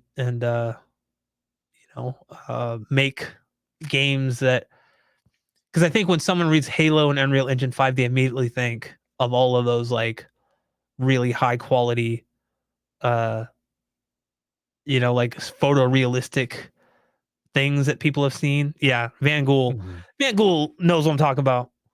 Now, if we were doing a movie, like a movie, and they did the whole thing in like Unreal, that would make sense, right? Like an animated movie. So Yeah. similar to like Like how those, speaking of AI, like those AI clips I've seen recently where it's like, "Oh, Zelda in 1950s style," and, like, it looks picture perfect and yeah, like it no, just came out of yeah, the '50s, and, those are yeah, cool. I enjoy watching those, and, if they ever came out with a movie like that, sure, I'd probably go see it because I love Zelda, but yeah, I don't need a Zelda video game that looks realistic for sure. no, no. And I mean, Unreal Engine 5's big thing. I mean, you may know this, but like, it's basically what's used in the volume for like the Mhm. Mandalorian and things like that. So they're Yeah, able to yeah. realistically, camera like there's a whole system, but like they can dynamically move things around. The Mhm. director's like, "Hey, I want a rock over there," and they can do it like pretty much in real time. Um, it's pretty cool. And that photorealism is really great. There was a Matrix demo a couple years ago that was really like kind of groundbreaking for like real time video game graphics. Um, Mm. and look it up. You can't get it anymore, unfortunately, but you can get it. You could have downloaded it like on the PS5 and things like that. Um, Oh. but it looked really cool. They like recreated like a lot of the stuff from like, or some of the scenes from the first movie in Unreal Mhm. Engine 5, and like you couldn't tell the difference sometimes what was the movie and what was Unreal. Like it was Wow. that good. Um, but and then like things would happen and like there would be like a little hitching here. So there'd be like a little stutter. I'm like, oh, that's obviously a video game. Like it Right. but I Yeah. mean, yeah, it for what I mean, it still looked pretty dang cool. But again, do you need every game to look like that? Yeah. I want all of my realism. I didn't pay for this. Yeah, Yeah. that's like yeah, just talking about back in the day. I remember playing games to because I loved playing the game. I wanted to play more of the game, and I think we've strayed away from that. Like I remember, dude, I remember playing GoldenEye. Like I remember Yeah. getting I got I was part of like some type of Nintendo club, and I remember getting a $20 off coupon. Ooh. Yeah, a lot of people don't remember this about Nintendo 64 games. They were like 70 to $80. A lot of them were Yeah. Yeah. in the 90s. Yeah. So when people are like, $70 for a game today is ridiculous. I'm like, yeah, 20 years ago, I was paying Uh-huh. $70 for, I was mowing a shit ton of yards to be able to afford, you know, Yeah. GoldenEye or Super Mario 64 or something, and Mhm. God forbid I wanted, oh God, Star Fox 64, the first game of the Rumble Pack. Used Right. like 8 AAA batteries or some crazy thing like that. Lasted like 2 hours, but it was awesome. Um, Yeah. yeah, no, I remember just, oh man, loving it. I'm like, wow, like these graphics are insane. You're never gonna every time I'd see something like, yeah, there's no reason game graphics need to be better than this, Mhm. and now I can't even play it. It's so hard to look at. Oh, I'm yeah. just like, I'd rather So remember pixelated, so boxy, so jagged. Yeah. I'd rather remember it than play it. Yeah. Because then I'm like, it's like I think was I talking to you, or like I think we were on stream, we were talking about old video games or something, and I was like, yeah, and I played Earthworm Jim recently, and I'm like, this is way more fucking hard than I remember it. Like, how Oh, did yeah. I it's crazy. Um, Yeah. but that art style holds up really well. I still love Earthworm Jim. It's probably one of my Me favorite too. like platformers for back in the day.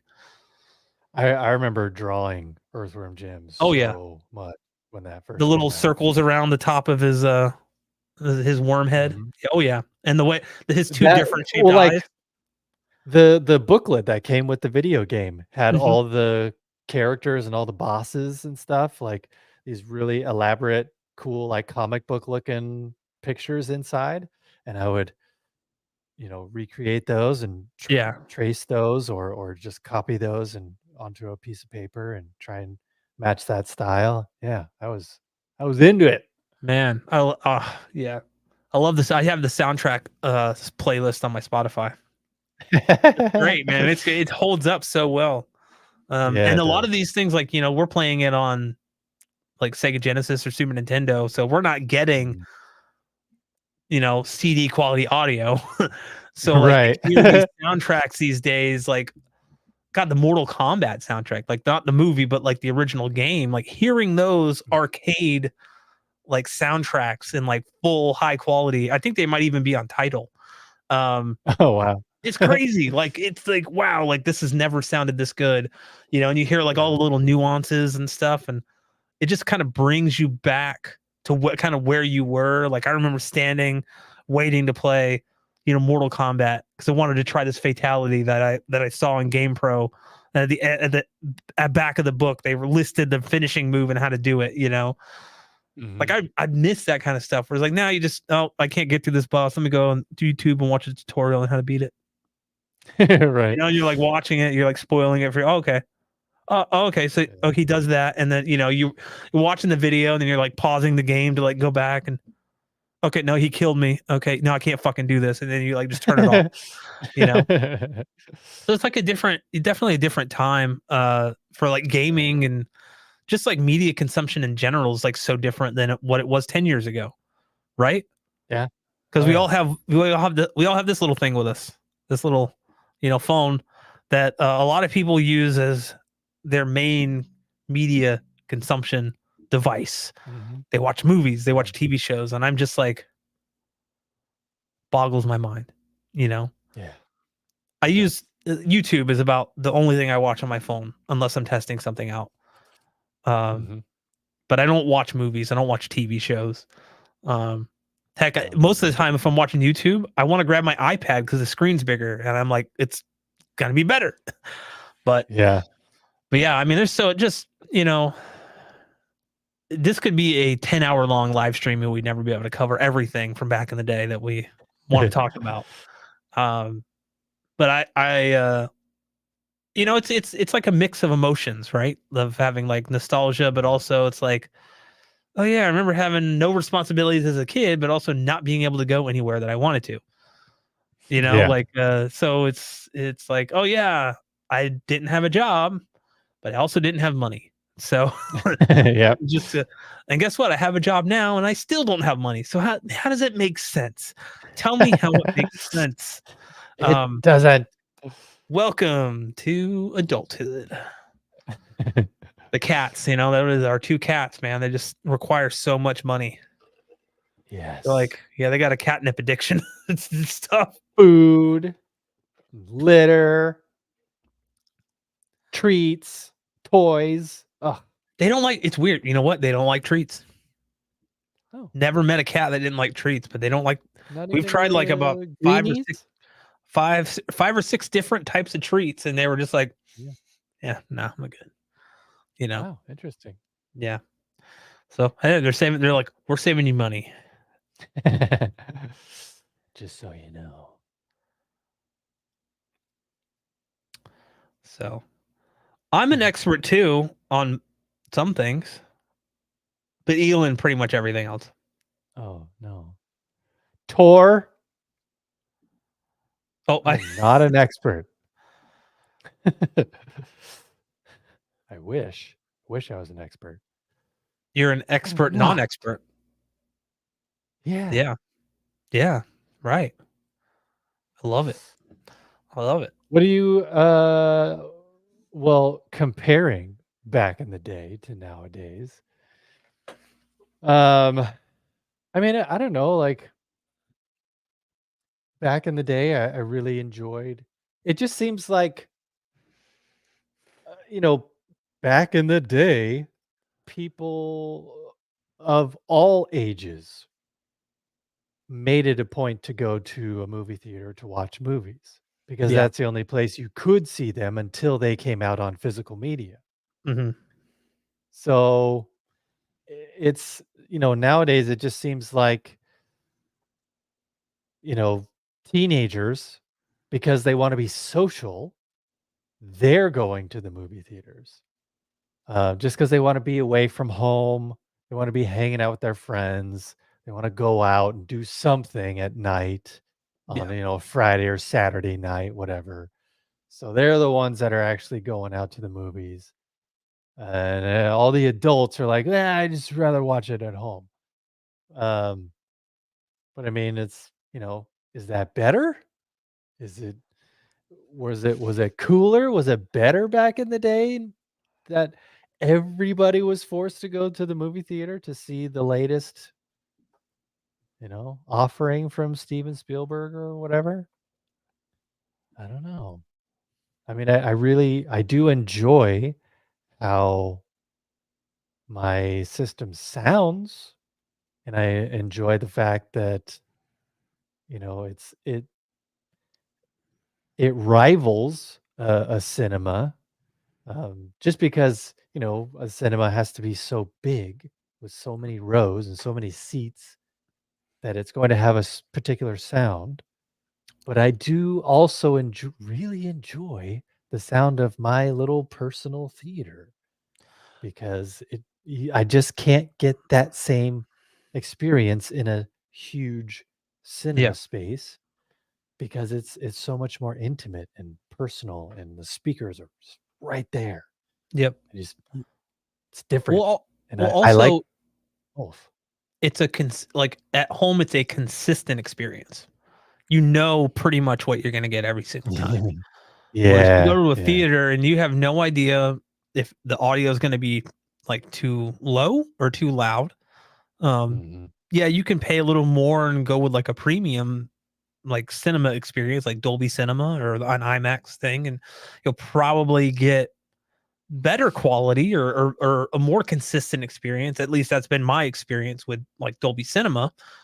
But dude, it's so expensive, right? Like that's part of the problem. And then you literally have Yeah. people sitting down below you on their phones the whole time with their screen I know, brightness man. on, like max. It's like ridiculous. Um, Yeah. it's crazy. Tor actually has a good question. Are you ready for this? You're an expert. No. Go ahead. 5.1.4 or 7.1.2? That is the real question. I have an Um, opinion, but 5.1.4, at least for now, translates better overall when we're dealing with physical media, streaming, because a lot of physical media is going to be 7.1, but a lot of streaming is going to be 5.1 or Atmos. Um, so when you're watching something on streaming that is 5.1, it will translate better to a 5.1.4 system better than a 7.1.2. I personally think you really get a better Atmos experience with 4 high speakers. yeah, 2 is pretty cool if you can have them directly above you, but that's usually not feasible for a lot of people. They're yeah, either gonna have it in the front or, I don't know, maybe possibly behind them, like, yeah, depending on how it's set up, if they only have 2 height speakers. But yeah, you get a better experience with 2 up front, 2 in the rear, and, yeah, until you can actually do 7.1.4, which is what a lot of people strive for, 5.1.4 is probably gonna be your better bet because it's just more universally, um, compatible yeah, with all types of media that you can watch nowadays. yeah. I will say with the because I ran 5.1.2 for a long time, because I didn't have a receiver that supported 4 height channels. Mhm. And it Yeah. was cool. Like it sounded uh like awesome for the most part. I mean, for what it was, you didn't really have any transitional periods or periods transitional periods. Like you didn't really have any like transitions going from like the front height of the room to the rear or anything like that. It was just like there's stuff up there, cool, but there wasn't really a delineation between what was like kind of supposed to be like up here in front of you to like what was here behind you. It A cat is scratching at the door trying to get in. It's when I upgraded to a receiver that I could do 4 height channels that I immediately noticed when I added I went from top middle, so they were like right above me, to top fronts and top rears. And I noticed immediately that all of the stuff that I'd been watching that just like had some height stuff now had discrete effects like placed up in here, like in the front left, corner top front left or something like that. And that in some movies, like things would pan over me or like from like this position over here to like my top front right to my top, rear left. And like I never got that before. And I was like, well, this is awesome.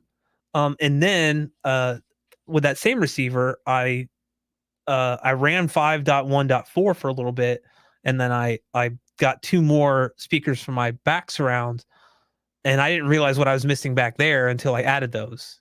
And then suddenly it was like I kind of had the holy grail of, like a bubble. Obviously it's like it does take up room, but yeah, that was I think if I had to go like in like step by step, making the or adding the 2 height channels to I had 4 was definitely a huge difference.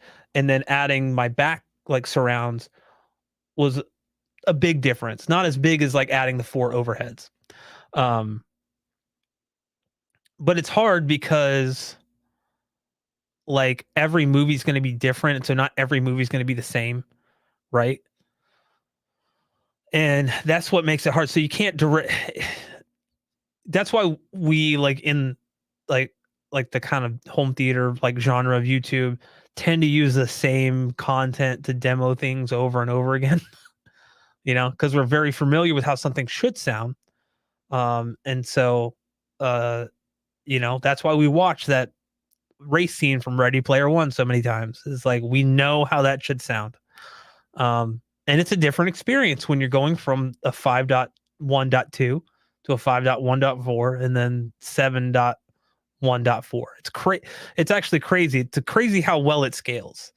Each Yeah. little bit adds a little bit more immersion, you know. And so like yeah, but if you're starting with like 5.1.2 or 7.1.2, I would say the ultimate goal would be to have 4 height channels.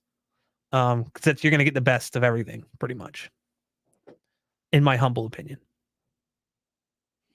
Correct. I agree. Correct. Your opinion is correct.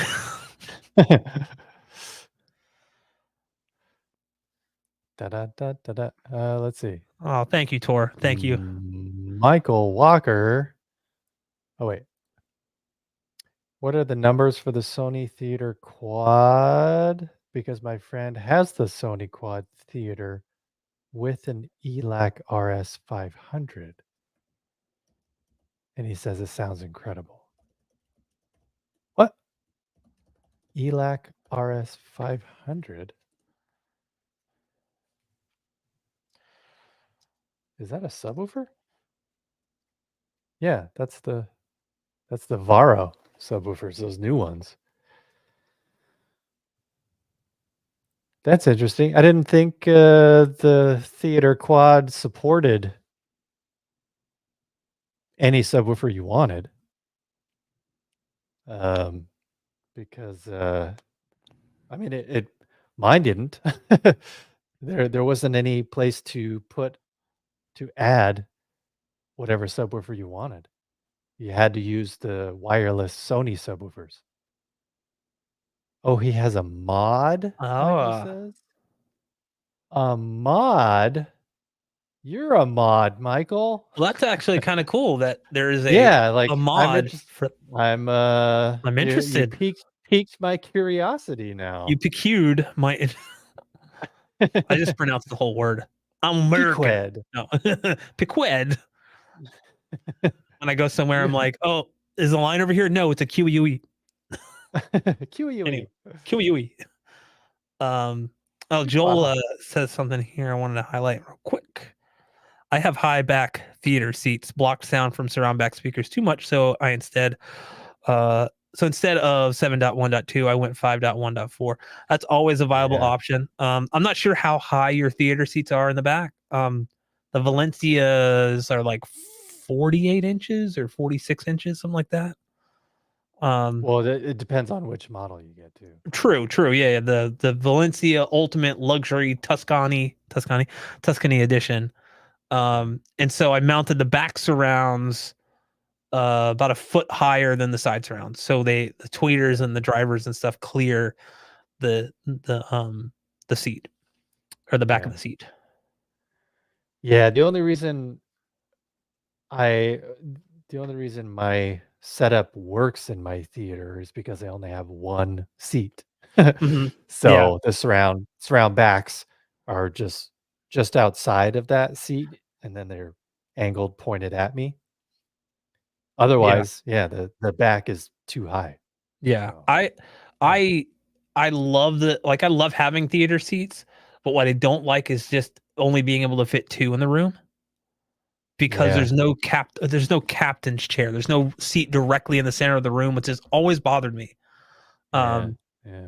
and I'm looking. There was a company that sent me an email. I can't remember off the top of my head. I haven't heard back from them. But they wanted to send me a 3-seater like couch, like love seat with no armrest, or like no like armrest that came down um Mm. in between. So it's like because I always like tell Trish, my wife, I'm like, hey, it'd be great like we're watching a scary movie if you like we want to cuddle or something, because she gets scared and Yeah. she's like we end up like holding hands, but like she would like to be able to like do the typical thing where she puts her eyes like in my chest just to like no, it's too scary, I can't look.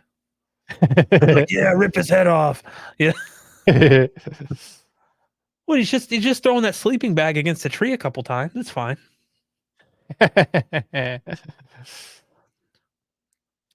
uh, Tor also asks, what is your go-to info for home theater information? Um, what I think he's asking like Basically, where do we what go to get our websites information? yeah, what websites do you go to get all your information for home theater? Oh man, Um, there's no one singular site. There's like I go yeah, I yeah, mean, I mean honestly, I honestly try and follow all the companies that I like, or at least follow as many companies as you can on Instagram because they're gonna tell you about stuff that's just dropped, or maybe they'll tease something that is yeah, about to come out. I know Sennheiser has all of a sudden, I mean, it's not really home theater related, but a couple of days ago, Sennheiser just teased this new like thing that they're going to come out with in a couple days that is going to revolutionize creators like myself and Brad. So I'm excited to see what it is because I like Sennheiser. I like their stuff. I I get a lot of their stuff for my creation process. yeah, So yeah, it's like things like that. Like otherwise I wouldn't know. yeah. I would have no idea. There, Otherwise, I mean, acoustics. I they're always coming out with the latest news about yeah, not only home theater stuff but hi-fi stuff as well. So a lot of their stuff, a lot of the hi-fi stuff, I'm like whatever. I don't really care a lot about the hi-fi stuff, but at the same time, I need to care a little bit since I'm making content for them now. yeah. So, What? You're um, biased, bro. You're so biased. yeah. Uh, so yeah, that's what else? I I mean, mean, I I've Crutchfield, yeah. for just like getting some specs for certain things. Mhm. I As think like an they're all in like one. there's like that, and then if you want like detailed, because I try to like remove any type of like if I'm researching a product for a potential like, oh, do I want to even like if somebody reached out to me and says, hey, I work for XYZ company, I wanted to send you this. It's like, okay, is this something that even one pertains to my channel? And then two, if it does, can I fit it in the room? That's something that I have to consider. Like, Yeah. I don't have a projector screen or anything. Um, and so, but I'll use sites like Audioholics to do research on like if they've covered it, right? Like, because Yeah. Gene is Mhm. like a kind of has an engineering background and Right. will like his bench tests are freaking insane. Like the amount of time and effort he puts into those. It does feel weird because you mentioned like making stuff for acoustics. I worked with Gene for like, the better half of this year, or the Mhm. first half of this year, like shooting and editing content for him. And Yeah. it's just weird to like be like, I'm not like promoting them or anything. It's just I used them before he and I ever even started working together. So Mhm. it's yeah, Audioholics is great. But yeah, just going to the web page.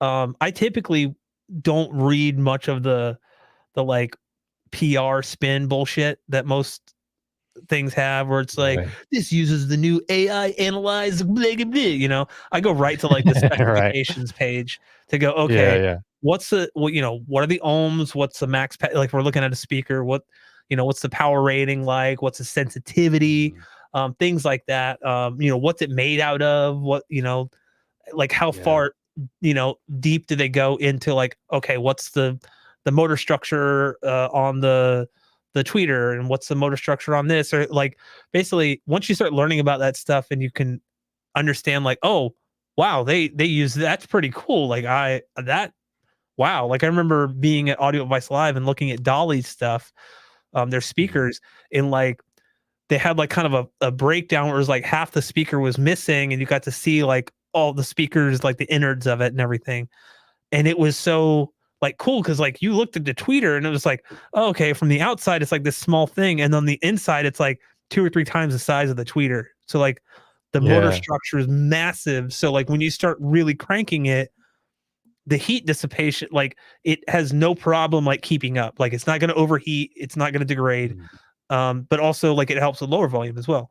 So like just hanging out with Gene during that time, I learned a lot about that Yeah. kind of stuff that you know, I'm not one of those channels that like takes speakers apart and like looks at like the inside of them. I'm more like, well, okay, Right. if you bought it, typically you're not going to do that. So I'm like, what's the user experience like? That's kind of how I always view things. But let's see, we have a few questions here before we wrap things up because we're at our 2-hour limit. I could hear Elon's stomach growling. What's it? Here's one Where from was it? Michael. I'll just throw it up real quick. Oh, what's your opinion on the What's new your Sonos? opinion on the new Sonos? The Sonos Ultra. I I don't don't have it. know. I've not seen it. I've not heard any Sonos. It's really hard to like. I had a Yeah, it's friend. the Ultra Arc. Oh, it's So, expensive. I take it. It's Sonos, yeah. so yeah. Um, I mean, I've just seen whatever video they have playing on their Instagram profile right now. So I haven't really delved or I haven't dove into the specs or anything, so I can't really say much about it. But I can only imagine it's bigger and better. And it's a grand. It's a grand. So oh, that's actually not too bad. we could Google it, but we're not going to. No, I will. Hold on. I want to see it. I want to see what it looks like. I've never been a huge fan of their style. Um, but yeah, let me see if I can bring it up real quick here. Not new Sonus Faber. Gosh. So does Bobber. While you're bringing that up, Arid asks, "Why do I get audio skipping on YouTube with some content on Apple TV?" Hmm. Honestly, I don't know. Um, internet connection? Although, when you say Apple TV, I guess if you just watch it on your phone, I'm guessing it's fine. So it's just only when you watch it through the Apple TV, you get audio skipping when you're watching YouTube content? Hmm. Eee. I don't know. Make sure you're up to date with the latest firmware update on the Apple TV. Make sure you're, yeah, maybe everything. If you're going through an AVR, make sure that's up to date. If you're going through your TV, if your Apple TV is connected to your TV, make sure your TV is up to date. I don't know. There could be a lot of factors involved with Yeah. skipping audio. He says he's on 2.5 gig Wi-Fi. Oh, geez. So maybe that. No, Yeah, I I mean noticed like I that should know. be fine.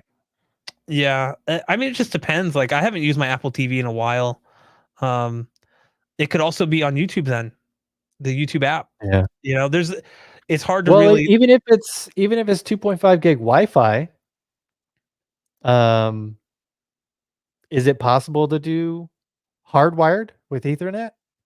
on an Apple TV. Yeah. Well, no, I mean like possible in Arid's situation. Oh, Like maybe it's too far, like he can't actually maybe the router's too far that he can't actually connect it yeah. to Ethernet. Um, yeah. I will I don't know. say I do have problems with YouTube occasionally, Oh, it even is on for a any while. device, buffering, and I have gig service. And so like Yeah. It's probably this just is YouTube. hardwired device. Yeah, it might just be YouTube. I've had stuff where Yeah. like audio will get kind of garbled, and then I'll rewind it and it'll be fine. Like so, Yeah. YouTube's been adding stuff in the back, like on the back end.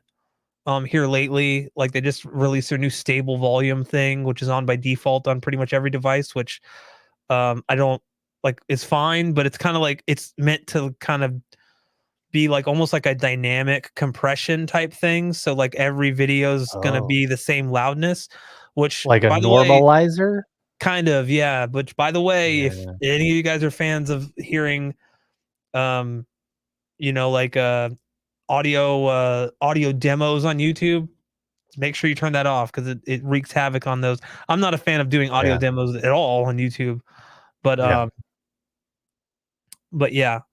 Let's see here. I'll bring that up real quick so we can see here. So I added the this is the it's gonna there we go. Yeah, so this is with the sub is 16. Without the sub, it's 1,000. So if we go here, so this is just the standard like 1078. Yeah. Okay. With the mount set. Okay. Bring all your entertainment to life like never Uh, before with with this, breakthrough sound motion technology. that's the kind of stuff I just never read. I see that and I'm like, no, Yeah. I'm good. I'm all right. I guess, that's the latest and greatest as far as the Ultra is concerned because the original Arc didn't have sound motion. What is sound motion? I don't I know. don't know. I don't know. Does it make it that much better? We will see. Oh, Tor says, not gonna lie, this YouTube cast from both of you has been incredibly insightful. Well, I'm glad that it has been and we could help. Um, I don't have a TikTok. And I don't think Elon has a TikTok either. So, No, I do. oh, you do? Yeah. Well, blast him I out there, don't Tor, on TikTok if you want. Uh, let people know I about don't him. post all that often though. Well, you might start because he's about to send you 65,000 followers. Yay! 15. Yeah, come on, man, get with it. No, I've begrudgingly be or reluctantly like even signed up for TikTok. Um, yeah. Tiki So tiki I taki, just tiki tiki taki. I have trouble with all social media in general. Just Yeah. I don't make it. I need to make more content and watch less. That's what I need to do. That's what I need to do. That's what we need to do. That's what we all need to do. Right. Well, anyway, I think we're 2 hours and 15 minutes. We probably wrap it up here. Ah! I know. Yeah. Hopefully, we'll be back again same day next week, or maybe Thursday. Well, yeah. Maybe My Thursday. 'Cause I think, if I'm not mistaken, the email that we got from my daughter's school saying that her final cross country meet was canceled today, and again, because there's a forest fire that's north of us that's blowing smoke on us. Um, You're and blowing smoke. because of Sorry. right up your ass. The because of the timing, because winter sports are starting Yeah. now. I'm pretty sure this particular one, it's not postponed anymore. I think it's just canceled. So I think the season is just over with. So I don't think there's going to be any more cross country meets. Mm, So we may start doing this on Thursday. So we'll we'll see. let you know. We'll So see. next week may be on Thursday, and it may be Thursday from then on out. Henceforth through the From Thursdays. henceforth, yes, Anyway, we have um, decreed. isn't that a character from The Office? The Creed? Yeah. Get it? Never mind. The guitarist from that one band. Yeah. Did you know that he was really a guitarist for uh oh gosh. The guy you mean the guy who played Creed? Yeah, Creed Bratton. Uh He was what was the his band? guitarist for a band? Yeah, for in the 60s, the Grassroots. Uh Wow. yeah, look him up. You'll be like, "Whoa, there's actually video of him in the 60s." Oh my gosh. It's crazy. And he looks exactly the same except, younger. Crazy. Well, there's your trivia for next time you're at trivia night, folks. Yes. The Grassroots, Yeah. Creed Bratton, look him up. What band did the actor who played Creed on The Office, what was the band name? And their popular hit, Don't Shake My Leg. Let's Live for Today. Ah, there we go. That sounds better. Yeah. Let's live for Don't Shake My Leg. The Scranton Strangler is the name of the. Anyway, well, thank you guys for joining us tonight. We really appreciate it. We'll see you here again next week, hopefully. And yeah, that's it.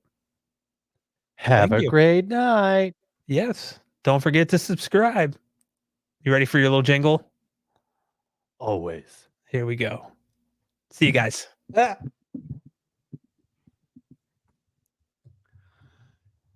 Don't forget to subscribe. Don't forget to subscribe. Click on the bell to get notifications.